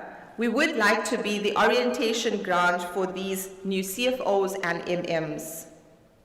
To our sponsors, we request that you continue to value SIGFARO and wish to work closely with you in attaining the goals we set for SIGFARO. We will, as I've said, bring you on board once we've crafted our 2-year strategy. In instances, we'll also collaborate and partner with you in terms of training and other events. This conference and many other opportunities is coming here will be the perfect place to share experiences and help each other to strive towards these goals. Colleagues, I'm sure you can attest that municipalities have felt a heavy hand of COVID-19 across the country. That is why I ask everyone to be safe and keep their communities safe by being an ambassador of COVID-19 regulations. The previous board under Peart has done a sterling job of steering the ship of SIGFARO, and today the steering wheel has moved on to me and my new board. It certainly won't be an easy task, and we look forward to it with open arms. Ladies and gentlemen, I can assure you that we have a passionate and dedicated board and are committed to ensure that the legacy that's been built over the years can only progress from strength to strength. I leave you this morning with the wise words of the former President of South Africa, Nelson Mandela. Everyone can rise above their circumstances and achieve success if they are dedicated to and passionate about what they do. I thank you this morning.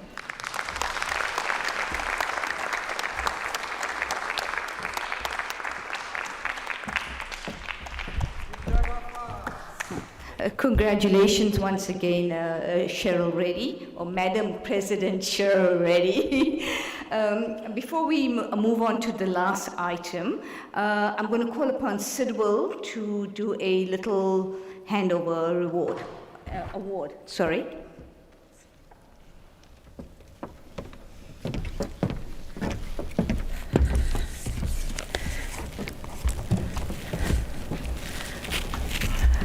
Okay, Sidwell will do the award, but I would like to read something to you. It's my first task as the new president. We have a Merit Award for 2021. This award is awarded to Mr. Peart du Plessis in his capacity as president of SIGFARO. In an age of volatility and turbulence, Mr. Peart du Plessis is amongst the rare breed of municipal officials who can boast being in local government for 38 years. His impressive career stint was spent in many challenging roles, commencing from his role within the Office of the AG, moving on to the Accountant, Director of Finance, Deputy Treasurer, CFO, and his current role, which many of us know him as Head of Revenue at eThekwini Municipality. His hunger for innovation and learning didn't end post his tertiary ambitions, which were earned whilst building a career and family. He chose the path of continuous learning and development when he became a member of IMFO, which is now known as SIGFARO, and very quickly was elected into leadership roles, the first being Vice Chair of KZN branch in 2004. From that point on, he became a teacher, a mentor, a motivational speaker, and an inspirational leader. His peers within the prestigious municipal body and municipal affiliates from across the country were left with no choice but to elect Mr. du Plessis as president of the board of SIGFARO, a role which he has undertaken with pride and distinction. To quote Mr. du Plessis from his speech at the 2019 conference, he is a very provocative and simple phrase reminded us of what's needed to make a country a better place for our future generations. We must be brought back to basics of what is our role as public servants. We need leaders to steer South Africa to become successful and to ensure we become an economic force on this continent and in the world. Piet has also led change from the top when it came to COVID-19 pandemic impacting on SIGFARO. He quickly adapted the strategy of the Institute to take advantage of the virtual platform when physical seminars and conferences had to be halted. He presented at many of the workshops and was very instrumental in the revenue side of local government, providing first-hand guidance and actual experiences he was facing as the head of revenue at eThekwini. He developed the revenue workshop over a 6-week period to cover all aspects of revenue together with the SIGFARO team, and this is now being used as best practice to roll out further training on other subject matters like SCM and budgets. In addition, the term of the board was extended from 2 to 3 years due to COVID-19 pandemic, and Piet steered the ship even when the revenue was quickly dwindling, and had to make very strict decisions in a matter of months to ensure the Institute was a going concern. The Institute, with this merit award, expresses its appreciation to Mr. Piet du Plessis. Please give him a round of applause.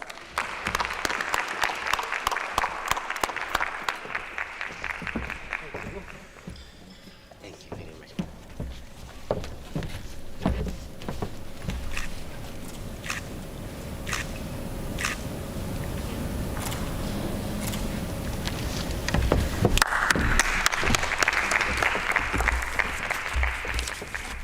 Sorry, just from my side, thank you very much. Okay.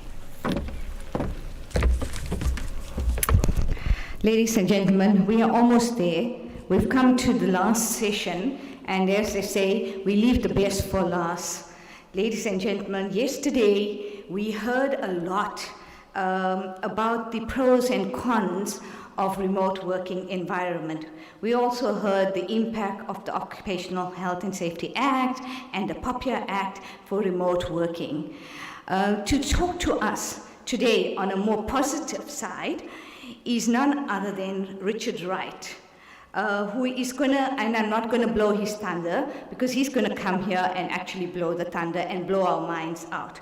So he's obviously he's talking to us about how we can move your office to the home environment, ensuring productivity and success. So without much ado, I call upon Richard Wright.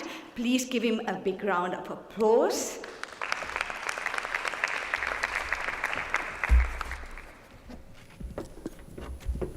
After you. Thank you. I'm going to suggest this is the worst angle of mine. So you might probably, if you want to sit down, I really don't mind, Madam President. It's up to you, because you're going to be looking at my backside all the time. And who wants that? Congratulations, by the way, and all the best. All the best. Hello, everyone.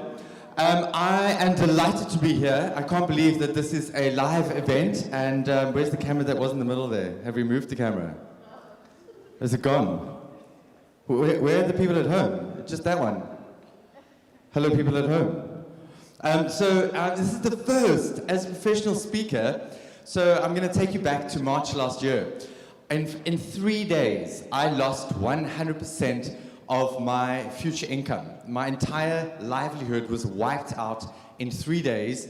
Every gig, every event was cancelled, postponed indefinitely. And I sat there looking at my partner thinking, how on earth do I get up again? And I'd just gone into remission for the 3rd time earlier in March. And I was celebrating big. It was like my life had finally come back together again. And here I was stuck with this challenge. And none of us are new to challenges. Every single one of us have been faced with some extraordinary challenges over this past time. and working from home has been one of them. I know you've heard quite a lot about that, so I'm actually not going to spend much of my time up here talking about that. I'd rather spend the time chatting to you about how to overcome challenges in your life. And working from home, returning to the workplace is purely one of them. COVID-19 is a big one. You work in asset risk. That's massively challenging. So here's a question to you. Do you believe that I'm a risk? 4 times cancer, brain cancer, one of the rarest forms of cancer in the world. Would you back me from a risk point of view? You would never back me, but here I am, right? Sometimes we make poor decisions. So what I'm going to do is I've got a presentation. I think that's up. Am I right? Is it here somewhere? Anyone? All right, there we go. So I'd like to talk to you about this idea of finish lines. And I'm clicking through and nothing's happening. This is just challenging. And I clicked and it disappeared. It's okay. Do you know, I'm amazed that there are so many people. I was told, Richard, you'll be lucky if there are 10 people to speak to live, because they're all going to be on the beach or they're going to be on a flight. You could actually have been on the beach and you could have been watching this just saying. Okay, are we back? No, we're not? Next. The lights are on, but nobody's home on this side. So we'll give the gents a couple of seconds. Okay, let me just ask you this question. And for those of you that are at home, perhaps you can pop it into the chat box and get a bit of a discussion going. But please, those of you that are here, feel free to shout out. If I had to ask you what your current challenges are, what are those things that you're finding quite hard right now, the obstacles in front of you right now? What would those be? Anybody? Okay, don't all shout at once. What are your challenges? Money, finances is a problem. Anybody else? Health, anyone? Working from home, is that a challenge? Your teams, communication, COVID, the loss of a loved one? Anybody else? Juggling, patience. Patience is a challenge. I can so relate. Anybody else challenges? What was that one? I missed that one. Waking up is a challenge. Wow, okay, I totally get that. Okay, if I had to ask you, sorry, that's not sanitized now. So let me turn it around. Oh, this is fantastic. Everybody was getting a prize to be a speaker, and mine is, it looks like car keys. Oh, it's not. Oh, damn it. Okay, so let's turn that around, right? What are the opportunities that you see amidst the challenges of your situation right now? Are there any opportunities that you can see? How about this one? There are a whole lot of people that are watching this thing from home and in their pajamas. Is that an opportunity? Of course it has been. It's been amazing that we were able to do that, right? So I had a gig with Absa Bank this morning, and I was able to do that downstairs in a room, virtual, and still be here for this. It would never have happened before COVID. Isn't that amazing? There's so many opportunities. Here's another one. I've seen my kids more over the past year and a half. Thank you so much. Thank you. I've seen my kids more, there we go, thank you, over the last year and a half than I've seen them in the last 10 years of their lives because I've been at home. That's been a massive opportunity. The point for me is that within any challenge, there are opportunities. Our job is to figure out how to find them. And I'm going to try and help you with that. So I'm going to try very quickly to tell you a little bit of my story, but what's most important is to leave you with some of the practical tool sets that I've learned in overcoming cancer 3 times, which I believe can help any of us to get through our own challenges. How does that sound? I'll take that as a yes. Right, so it's called Where's the Finish Line? You'll notice that there are 3 letters that are a little bit bigger and a slightly different color to the rest, right? And that spells WTF. What the fudge? Because that's what happens. We've got this idea of a finish line.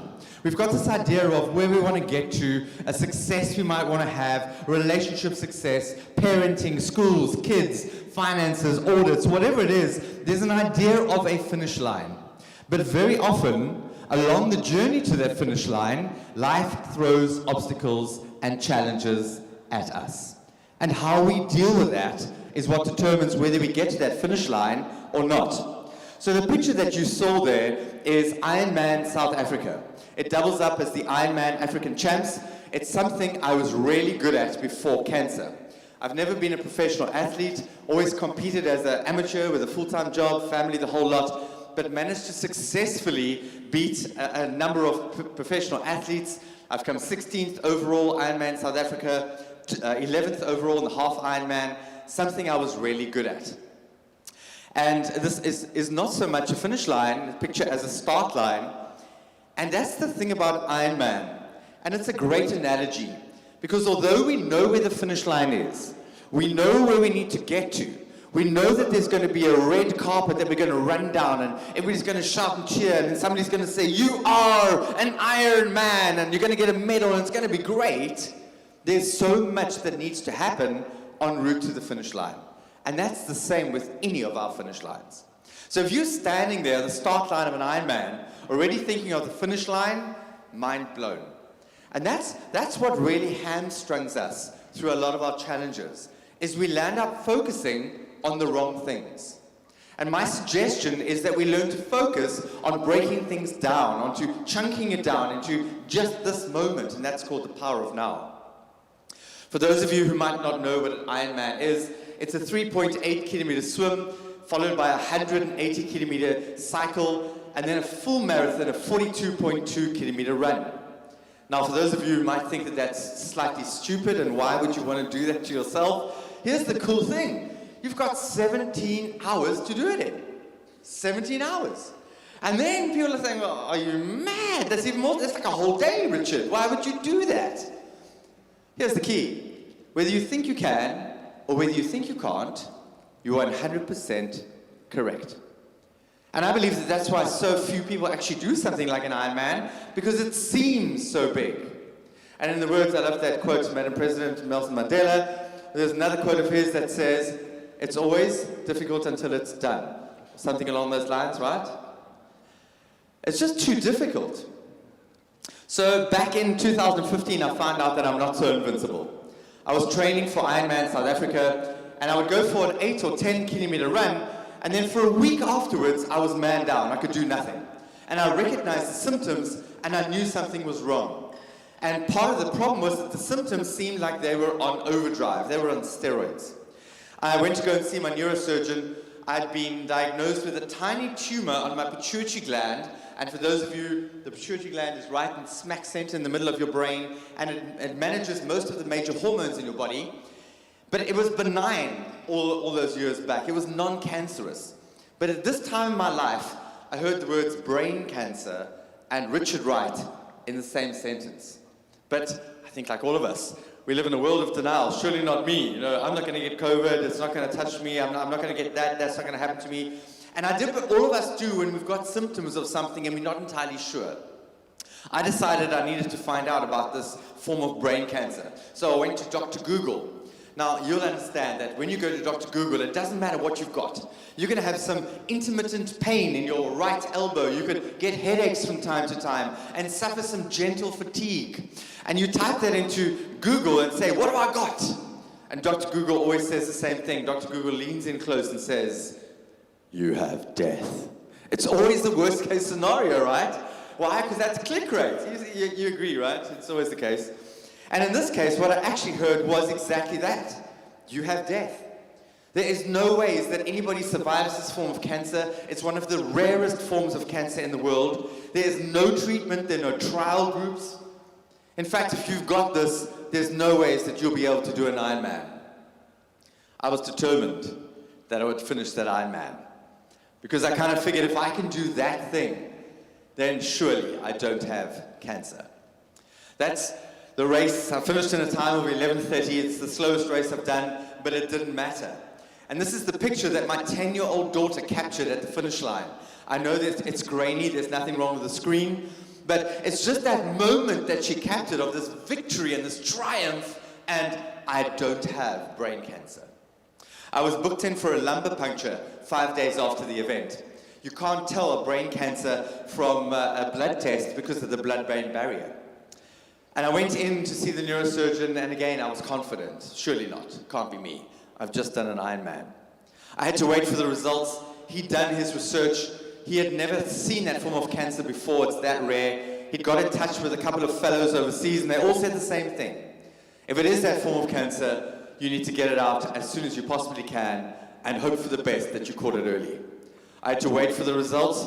They had a lab standing by. They were prepped and waiting.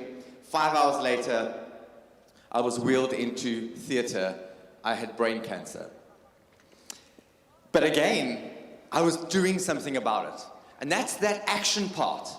Whatever those obstacles are that we're facing, whatever those trials and tribulations, whatever those things that are preventing us to get to that finish line, when we take action, somehow we feel like we are in control.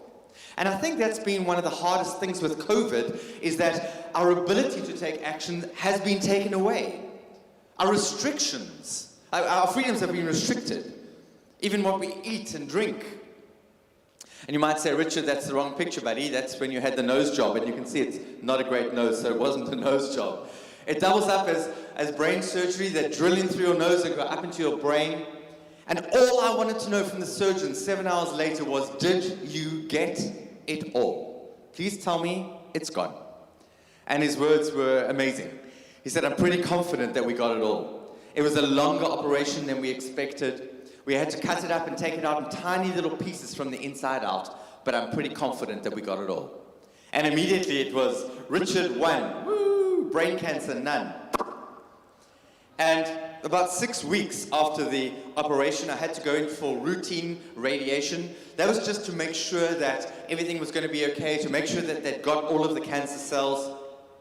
And this is the mask, the green mask that was made and molded for my face. And every day I would go into the oncology center. I'd be literally bolted down to the bed. And then they would nuke my brain in exactly the same place day after day after day.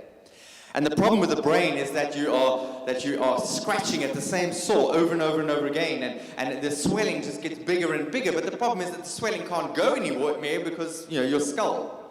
And the pain is excruciating, but again, it doesn't matter because you feel like I'm doing something. I'm taking action. And the 12th radiation treatment was about the last time that we could do an MRI and actually make out what was going on in the brain, because as the swelling increases, everything just kind of molds in together in the brain.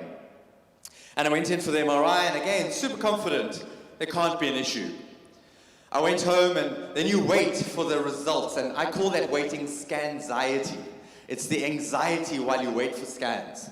And there are two. I see you nodding up and down. It's not a great feeling, is it?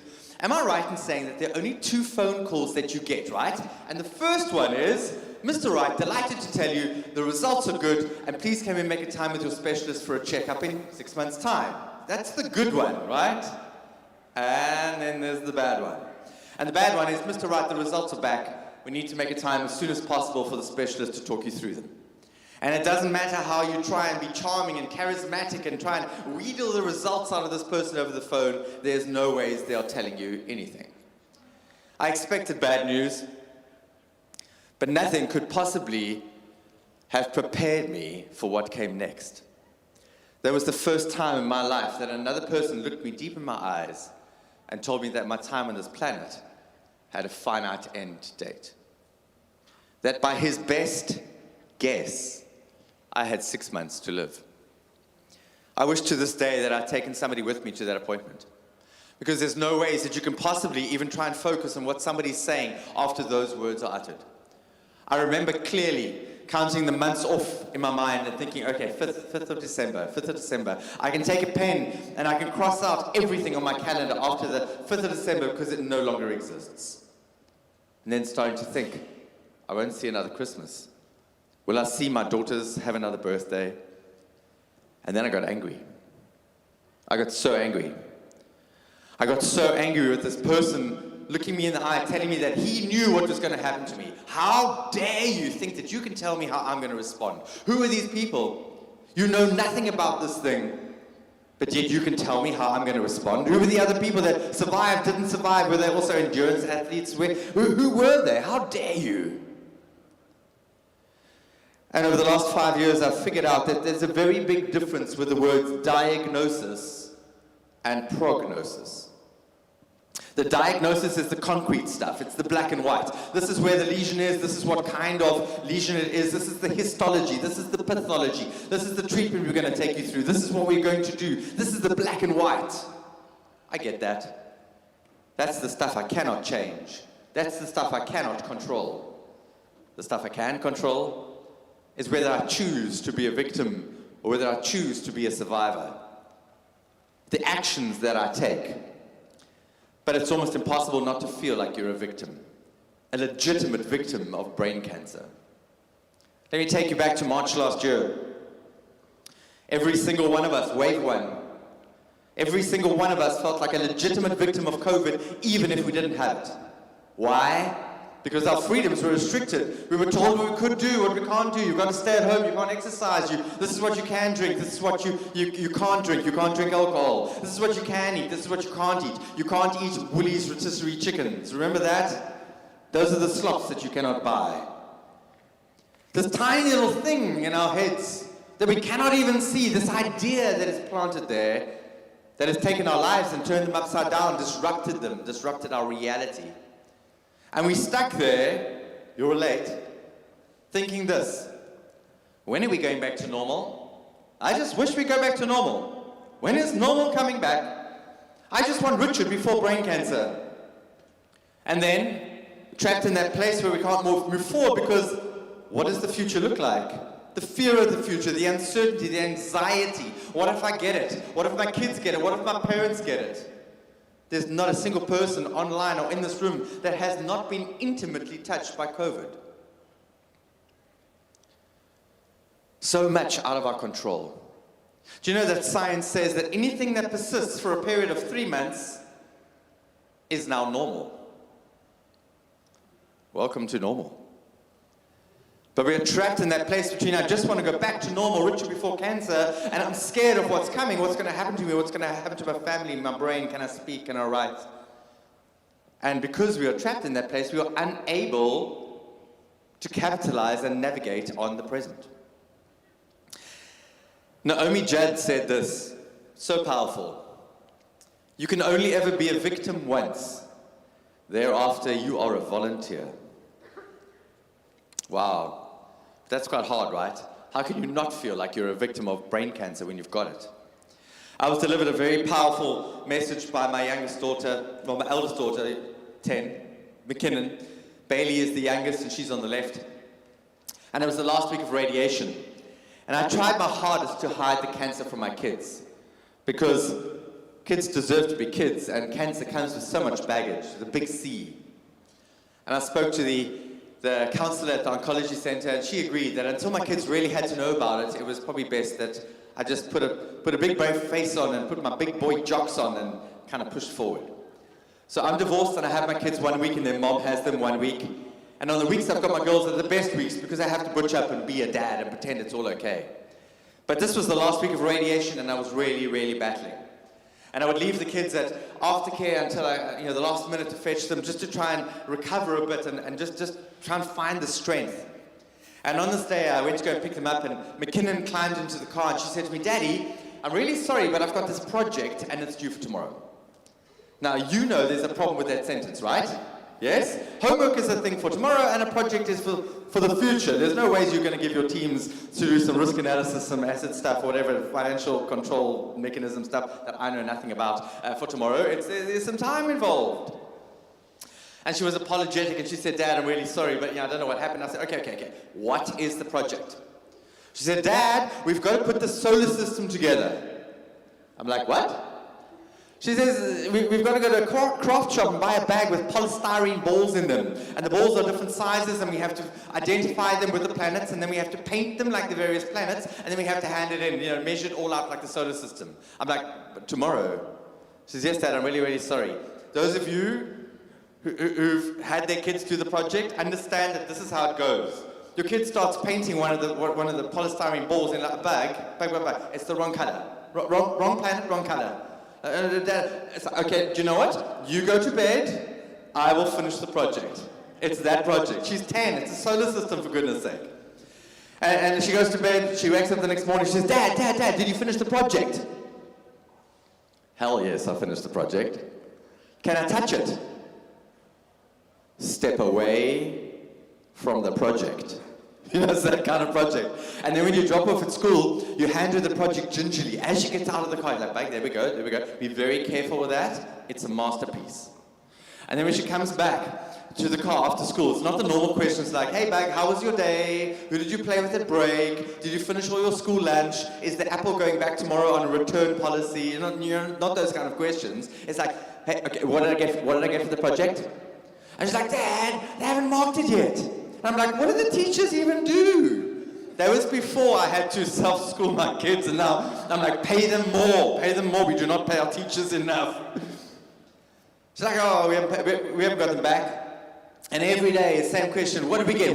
Until one day she gets to the car, and you can see she's excited. It's like, "Dad, we got the marks back for the project." I'm like, "Okay, we got 18 out of 20.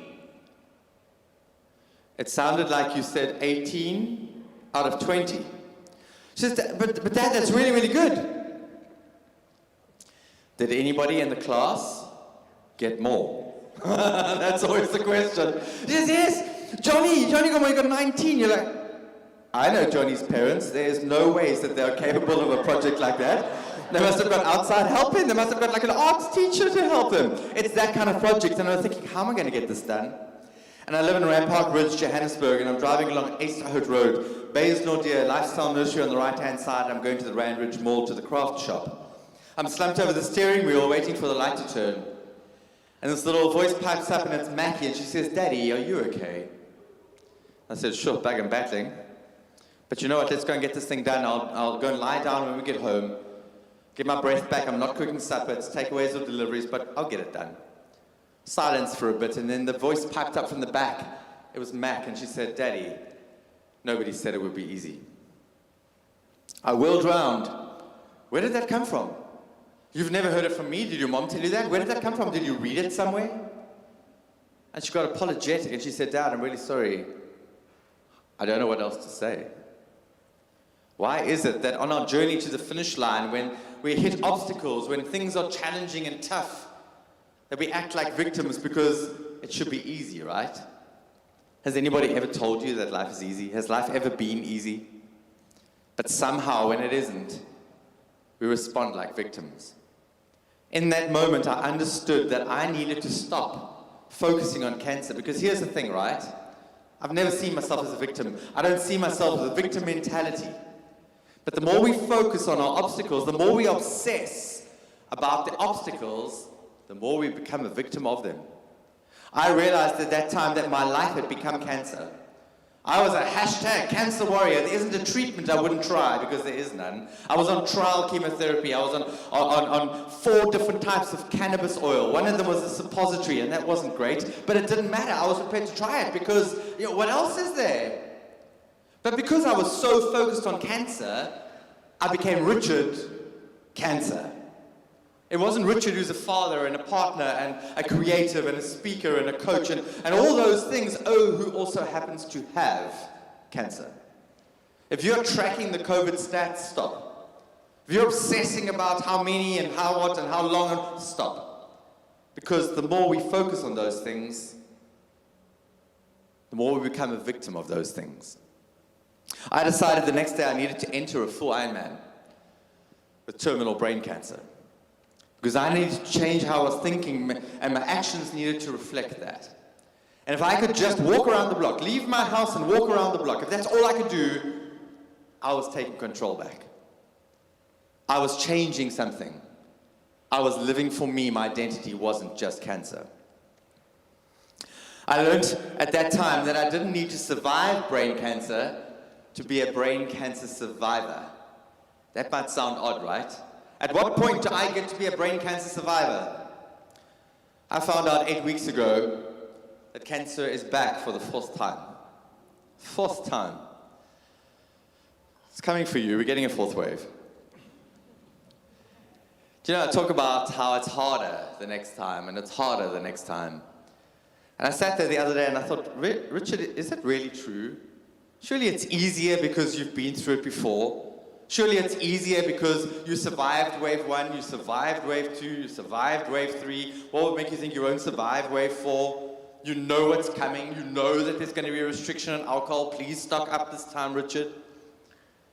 But somehow it isn't easier. I'll tell you why. And it's part of our struggle right now. We are tired. We are worn down.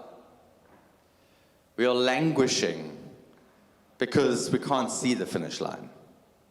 We don't know where it is.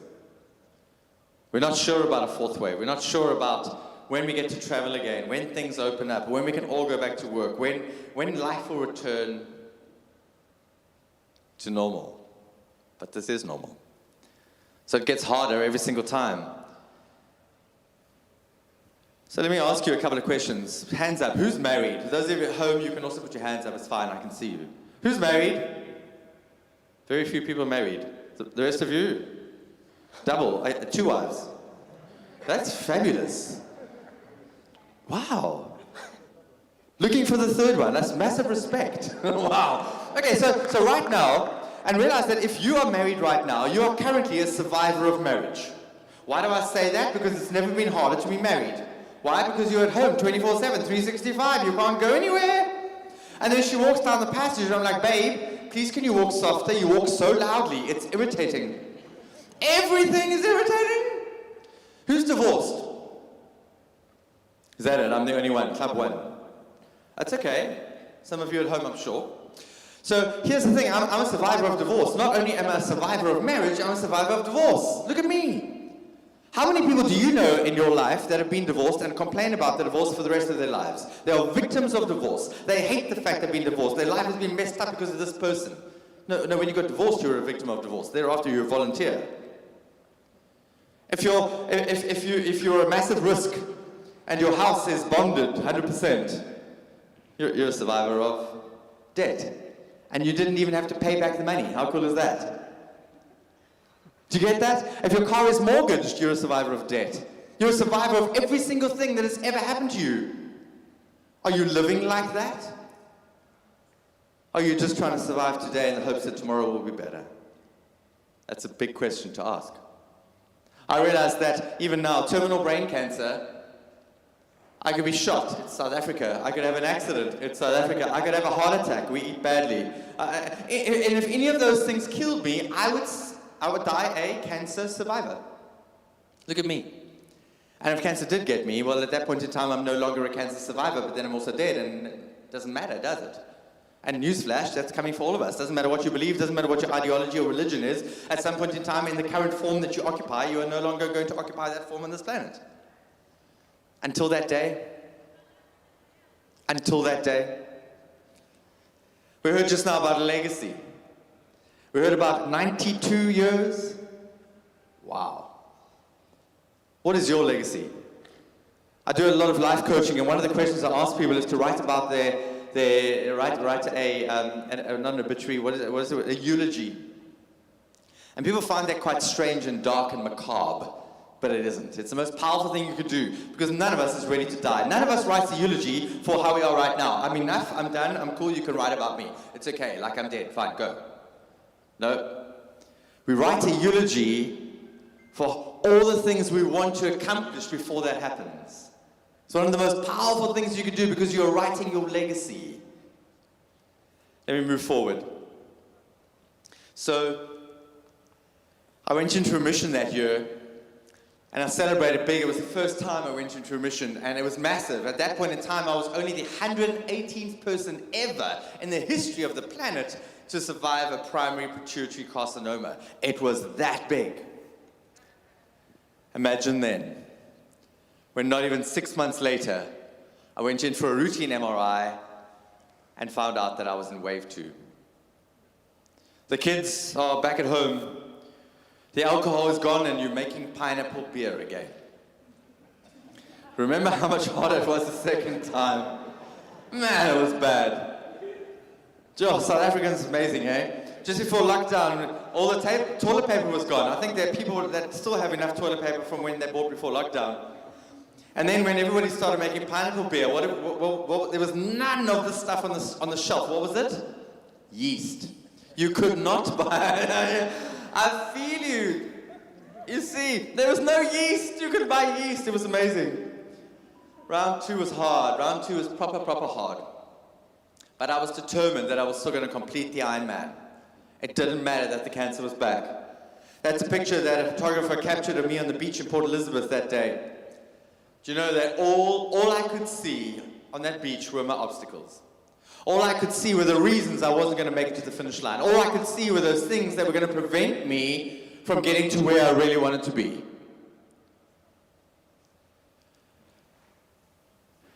I wrote a book last year and published in the middle of COVID, and the response has been amazing. It's called The Power of Purpose. Do you have a purpose that you can clearly articulate? Do you feel that for at least some of your day, every day, in your work life, your professional space, you're doing things that make you feel happy, excite you, and give you a sense of meaning? Because if you don't, in terms of what you do, if you don't have those feelings, you owe it to yourself, you owe it to your brand, you owe it to your colleagues, you owe it to yourself to use your current position as a stepping stone. That's how important that stuff called purpose is. That's my purpose, that's my why. I've got through 5 full Ironman events with stage 4 brain cancer. I've got through 7 half Ironman events and a bunch of multi-stage mountain bike races. And every single time I get to the finish line, that's how important these things are. Every single time I get to the finish line, I think if I can do that, I can beat brain cancer again. If I can do that, I'm proving to my 2 little girls that their dad is going to be okay. And Bailey still says, my dad can do anything because he can do Ironman with brain cancer. We're like, yo, tone it down, I'm 51 now, I can't quite do anything. But that's how powerful that was. That's my why. You know, my second book is loading, and it's called Path to Purpose. Identifying 6 steps along your journey to a life of more purpose or an organization of more purpose. And one of the things I've identified by interviewing and doing a podcast series with some incredibly smart people who have either accomplished something massive because of their purpose or are experts on purpose, and that is the following, and this is big and it's important. Purpose isn't this massive thing that you aim at, this huge big thing you want to accomplish. That's not purpose. Purpose is a collection of all the little things that you do in a day. All the little things that you do in a day that make you feel happy, that excite you, and give you a sense of meaning. And when you fill your life with more of those things on a daily basis, when you identify those things and you do more of those things, you will find purpose. And you will create those big things. If you don't have enough of those things, you need to find them. But what's most important along the journey to the finish line is that you just make a start. They say that the hardest part of any run is the first step out of the front door. After that, it's pretty easy just to get there. It's the hardest part of anything, and for most of it is the fear.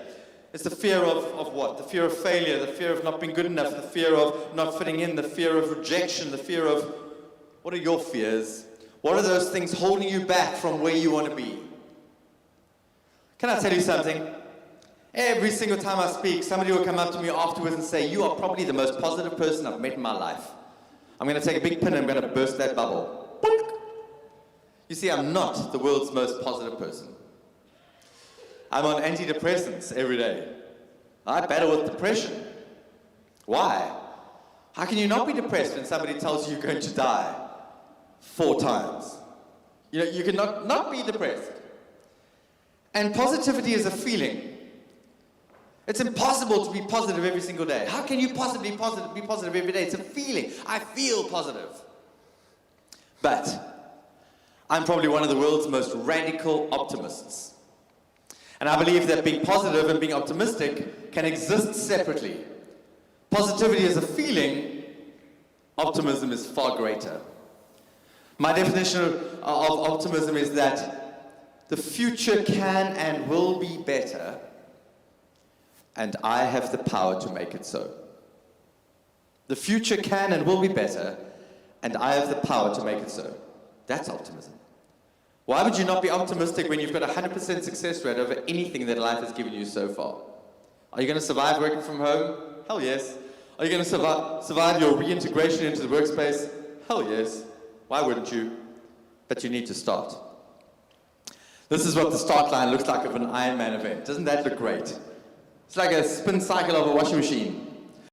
You've got a couple of choices. You can get like completely spun out by the event and start to worry about all the things you've got no control over. Somebody might hit me on the head. Somebody might rip my cap off. Somebody might take my goggles off. I might get dunked under the water. I might swallow water. I might get hurt. All of those things could happen. But the minute you start to focus on those things, you start to redline in your adrenaline and your heart rate starts to go max. That's no way to do an Ironman. I believe that getting to the finish line of anything, including an Ironman, is figuring out how to chunk this thing down, how to break it down. You see, that red buoy is 300 meters away. That's 12 lengths in a 25-meter pool. A virgin active pool, 25 meters. Each length is 14 strokes for me. I just have to do 14 strokes. I can count them, I can break it down. I just need to get to that buoy. The race is too long for me to focus on the finish line. Whatever it is that you want to accomplish is too big. Break it down. Just that thing, just that thing. When I get to that red buoy, I'll figure it out. I'll turn left and then I know where the finish line is. I'd like to suggest that this picture here represents your world. We are in Durban, the seas here after all. How much can I control in that picture? I cannot control the sea. I can't control the temperature of the water. I can't control the current. I can't control the tide. I cannot control the weather. I can't control the competition. I don't know what's going to happen in the rest of the race. Do you know there's one thing we've got 100% control over? 100% control over. The thoughts in our head. We control them. I need to choose my thoughts to serve me and not trip me up. How do I get to the finish line as quickly as possible? By controlling my thinking. I'm speaking to myself all the time, even underwater. Push forward, glide, breathe. Push forward, glide. Are you sighting to make sure you're getting to the buoy the shortest possible route? Are your feet up in the water? Are you getting a flick with every single kick? Do your thoughts serve you? Are your thoughts helping you to get to your finish line the most efficient way possible?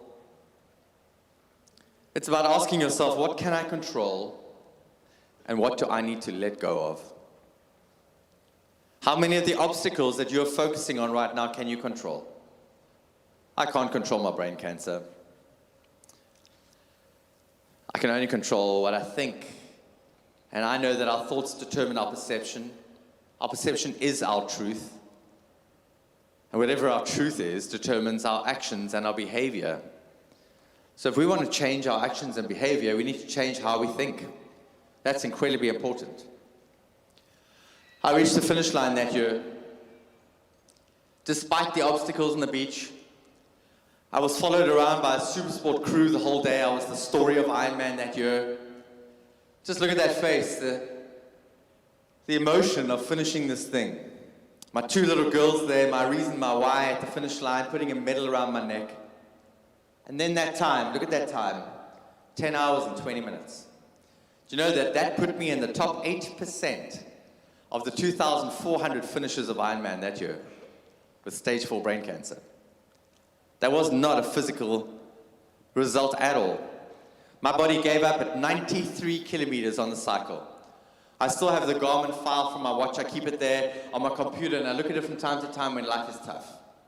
I couldn't get my heart rate above 123 beats per minute from 93 k's in the bike.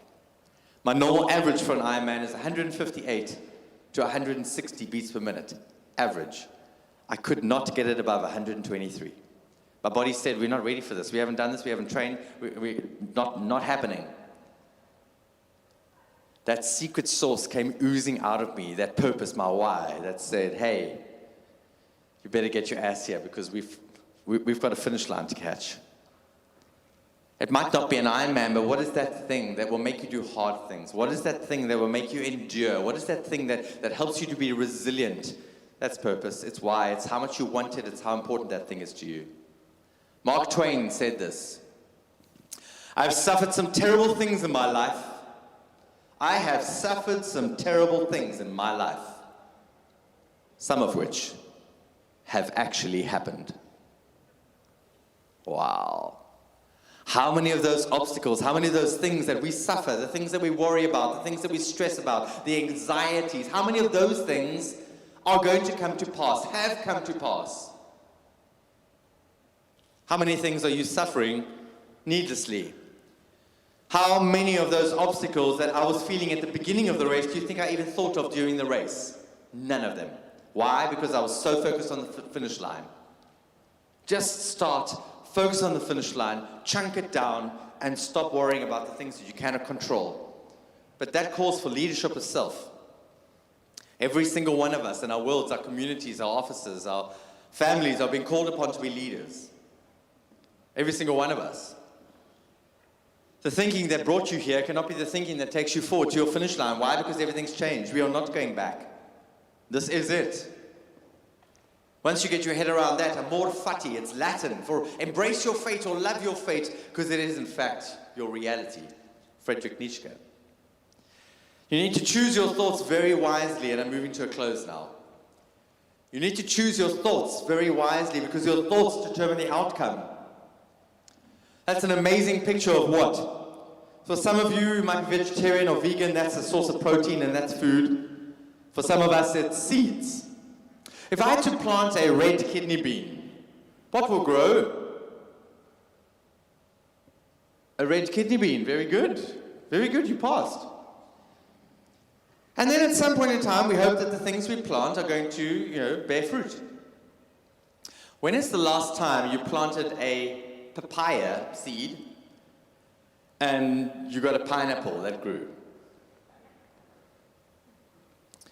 Do you realize that your brain is the most fertile soil imaginable? Your brain doesn't think for itself, it runs on the thoughts that you put in there. Whatever seeds you put into your brain, you will bear the fruits of those seeds. When last did you put the seeds of negativity into your brain? When last did you put the seeds of negativity into your brain and you got positive stuff as a reward? I'll answer for you. Never. Whatever you put into your brain, you will get more of. Your brain is the most sophisticated filtration system on this planet. Whatever you put in there, it goes to work at trying to find all the evidence to prove that thought and to filter out all the evidence that exists that disproves that thought.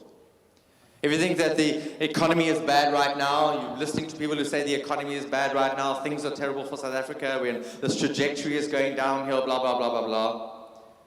Your brain is going to filter in all the things that agree with that, and you will find them. And it will filter out all the evidence that does exist that actually isn't true. Who did that? You did. Are you the epitome of grit? Grit's important right now. We're tired, we're worn down, we don't know where the finish line is. It's tough out there. Grit is resilience in action. Grit is resilience in action. Leaders are not judged by their strategies. Leaders are not judged by their words. Leaders aren't judged by their plans. Leaders are judged by their actions and their behaviors. Do your actions and behaviors reflect your values, your finish line, your goals? Or do they reflect your fears? That's Ironman Wales. One of the 2 hardest Ironman races on the planet. I only raced that with terminal brain cancer because it's one of the 2 hardest Ironman races on the planet. It's the hardest thing I've ever done. But my actions need to reflect my thoughts.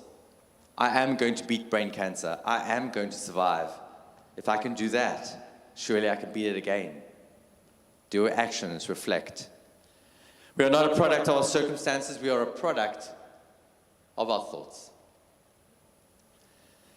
So I'm going to leave you with one very, very practical thing to do. Those of you who take me up on this challenge and do it are going to see a big difference in their lives, and those who don't, well, Einstein said that the theory of insanity is doing the same thing over and over and over again, expecting a different result. Do you know what I know about the future? Is that without change, you can have no future, only a recurring past. Without change, you can have no future, only a recurring past. What do you need to change so that the future that you envisage is within your grasp?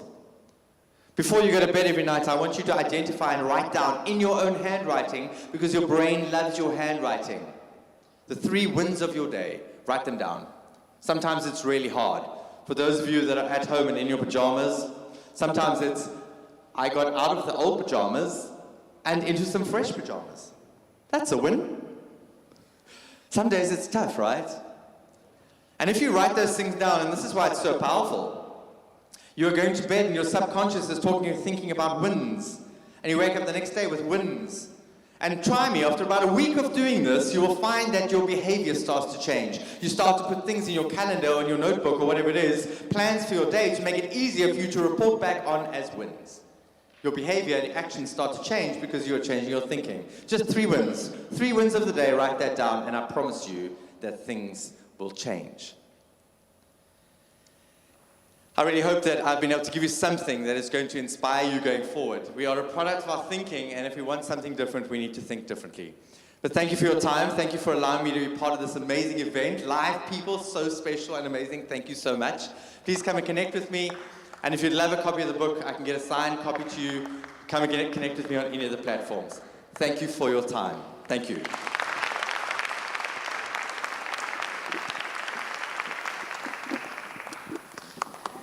Thank you.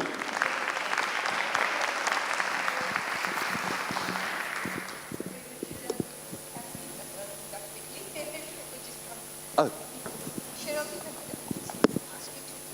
Hand over.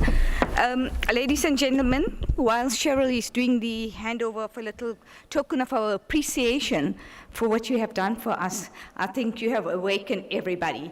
This crowd would have left had it not been for you cut them up. So can I say one thing? You know, I find it quite funny that you saved the cancer guy for the graveyard shift, like at the end. You know? Yeah, I'm kidding. I'm the only one that can make that joke. Sorry. We should have got you at the upfront, actually. Ladies and gentlemen, before you go, there is still one more prize that has to be given out, Cheryl.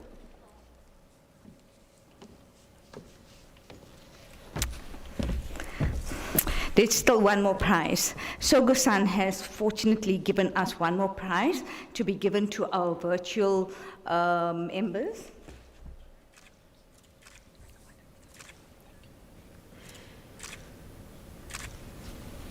Thank you. So the winner of the virtual competition, let me just get the name quickly.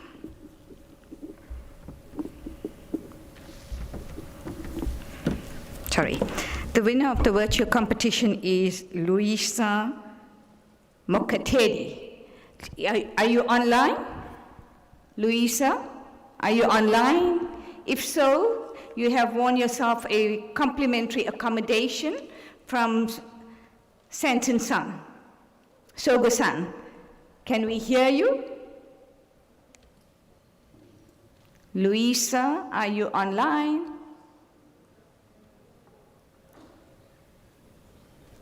Anybody who's connected online?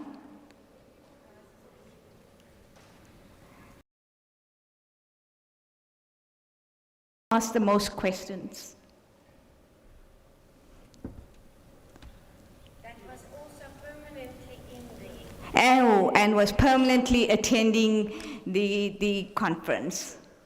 So Luisa, you have won yourself something. If you're there, please cut in, since you have been there for a long time. Whilst we're waiting for Luisa, ladies and gentlemen, I want to once again thank you all for your attendance. There is a lunch for all of you that's waiting out there, but I just want to, in closing, remind all of you. SIGFARO is running their seminars, their masterclass. There is the fixed assets masterclass, and there is the budgeting masterclass. So for those of you who would like to join those masterclass, they're 2-hour sessions per week. Please look up on the website and please join us at the masterclass. I once again take this opportunity on behalf of SIGFARO to thank you all for your attendance, both virtually and face-to-face, and I hope that you have all learned something and you take back things that you're going to go back and implement into your municipalities, especially as they have also put in a lot for you to come to this conference. I thank you all, and for those of you who are here from out of town, please enjoy the city of Durban. We have good weather, and we have a lot of activities lined up for the weekend. There's the Inanda Heritage Route and many other activities that our Parks Department are undertaking over the weekend. So please enjoy the weekend, and a happy Heritage Day to one and all. Thank you all. The conference is now closed.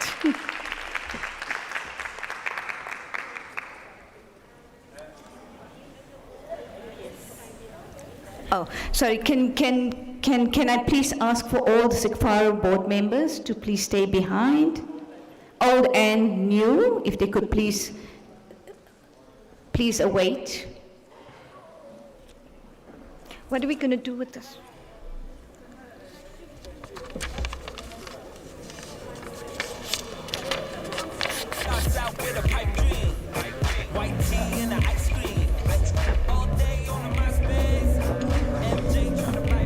We are Ndiso Consulting, the fast-growing management consulting firm in South Africa. Our purpose is to empower institutions that enable Africa's development. Africa's public institutions are besieged with performance problems which hinders on its development.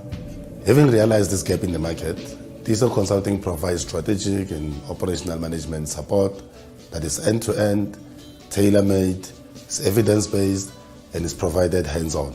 We believe that having formed an organization such as this one that prides itself firstly with wanting to build Africa and the institutions that enable Africa's development, we want to make sure that we contribute significantly. We deliver sustainable, evidence-based solutions through 3 subsidiaries: Ndiso Revenue Consulting, Ndiso Business Consulting, and Ndiso Industrialization Consulting. Through Ndiso Revenue Consulting, we improve cash positions of medium to large-sized municipalities and utilities. If it's money, we will find it for you. Through Ndiso Business Consulting, we improve the profitability and sustainability of medium and large-sized organizations. We help organizations deliver tangible results. Ndiso Industrialization Consulting. We unlock economic development opportunities on behalf of communities and regions. We unlock new economic streams for growth. For more information, contact us on 012-940-5435 or empower@ndisoconsulting.co.za or visit www.ndisoconsulting.co.za. Ndiso Consulting. Truth, trust, results.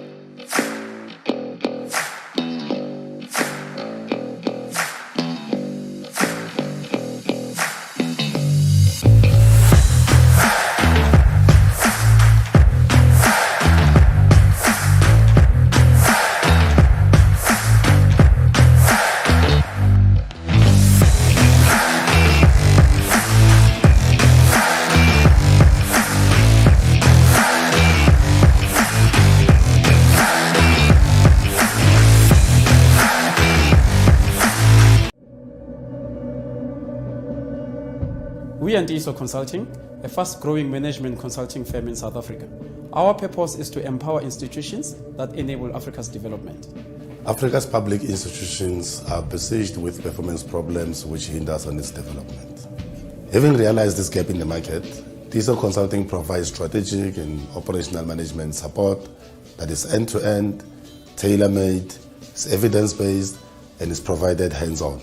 We believe that having formed an organization such as this one that prides itself firstly with wanting to build Africa and the institutions that enable Africa's development, we want to make sure that we contribute significantly.